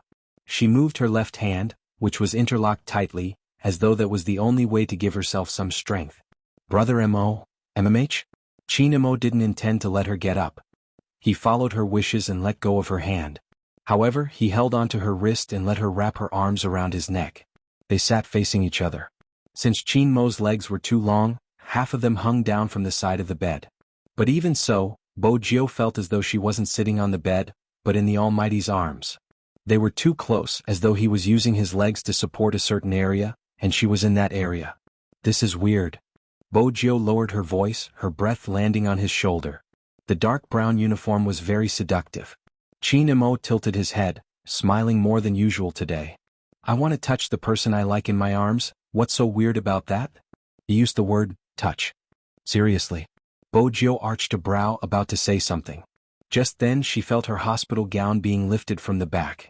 Immediately after, a hand slid in, carrying a slight chill. Bojio shivered, her fingers gripping his shirt tightly. "Brother Chinemo lowered his voice. Don't hide, let me know you're really here." Bojio's heart softened. She tilted her head, rubbing her face against his shoulder. 1 minute. They were in the military after all. She hadn't understood before, but now she understood. It wouldn't be good if others found out about it. Bojio didn't care about anything else, she was just worried about how others would view him. Fortunately, the Almighty was cooperative today, replying lazily, "All right, 1 minute." Unfortunately, the minute was longer than she had expected. Besides, she could feel the heat around her rising. It was all because of the Almighty's actions. It wasn't a big deal if his hand was restless. It was just that this person had broken too many rules since he was born. Not only his appearance, but even when you closed your eyes, that voice was as pleasant as the late-night CV of a radio station. After it was softened, it was very magnetic and pleasant to listen to. "Have I ever told you that this part of yours is very beautiful?" Chinemo spoke, pressing down on her tailbone. The numbness spread uncontrollably throughout her body. She straightened her back instinctively, trying to avoid the touch. Even the corners of her eyes were red, making the mole at the bottom of her eyes seem to be coated with a layer of luster. Chinmo's gaze deepened. "And your back as well." Under the moonlight, the two figures on the hospital bed could be seen clearly. Especially that pair of hands with jade-like joints. Like an art, they wandered around the young man's fair back. With every word, his fingertips would press down a little. Bojio couldn't even stabilize her breathing. All she could feel were his hands and the rising temperature. Every time he pressed down, she couldn't help but tremble.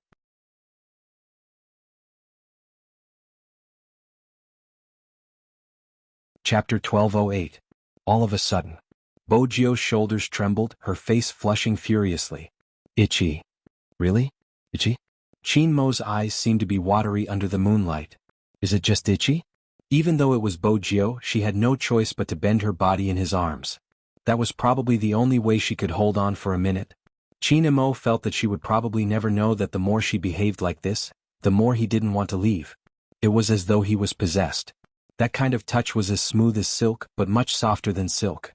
It had a good feel just like the warm jade of ancient times. And the smell on her body.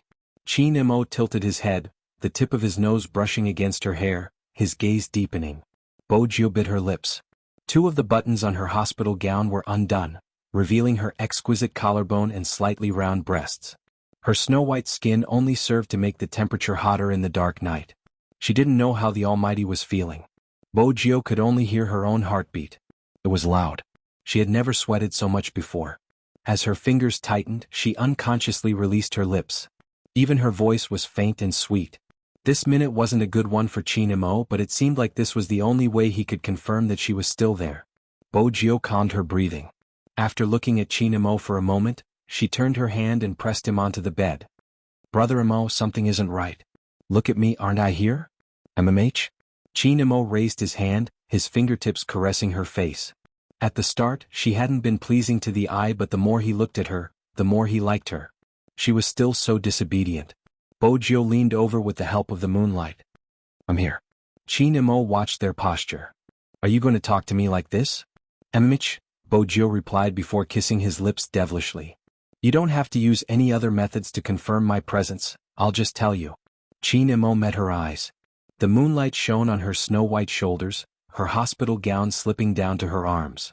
The sight of her made his throat tighten. Idiot. Chinmo's lips parted slightly. He pressed her head against his chest and closed his eyes slowly. Bojio moved her fingers. The low voice came again. My head hurts. Especially when I knew that you were chasing after someone. My head felt like it was going to explode. He did not know why. Bojio felt a sense of grievance when she heard that faint voice in the middle of the night. What about now? Bojio moved upwards, reaching out to hug his head. Chinemo paused. He didn't speak at first, but after a while he said, It's all right. Bojio saw his sexy thin lips and pursed them slightly. Her heart melted from his cuteness. Tsundere. This was the Almighty, just like a little princess. Then let me tell you a story, Brother Emo. When Bojio had been young, she had hoped that one day she would be the one to read him bedtime stories. If not, how would she know her position in the family? You're tuning in to the Han Lee's Wuxia Chronicles YouTube channel. We're so grateful for your support, and don't forget to subscribe to join us on this incredible journey through captivating stories. Your generosity through donations truly makes a world of difference, as it's the primary source of revenue that allows me to expand and enhance this channel for you. Thank you from the bottom of my heart for being a part of this adventure.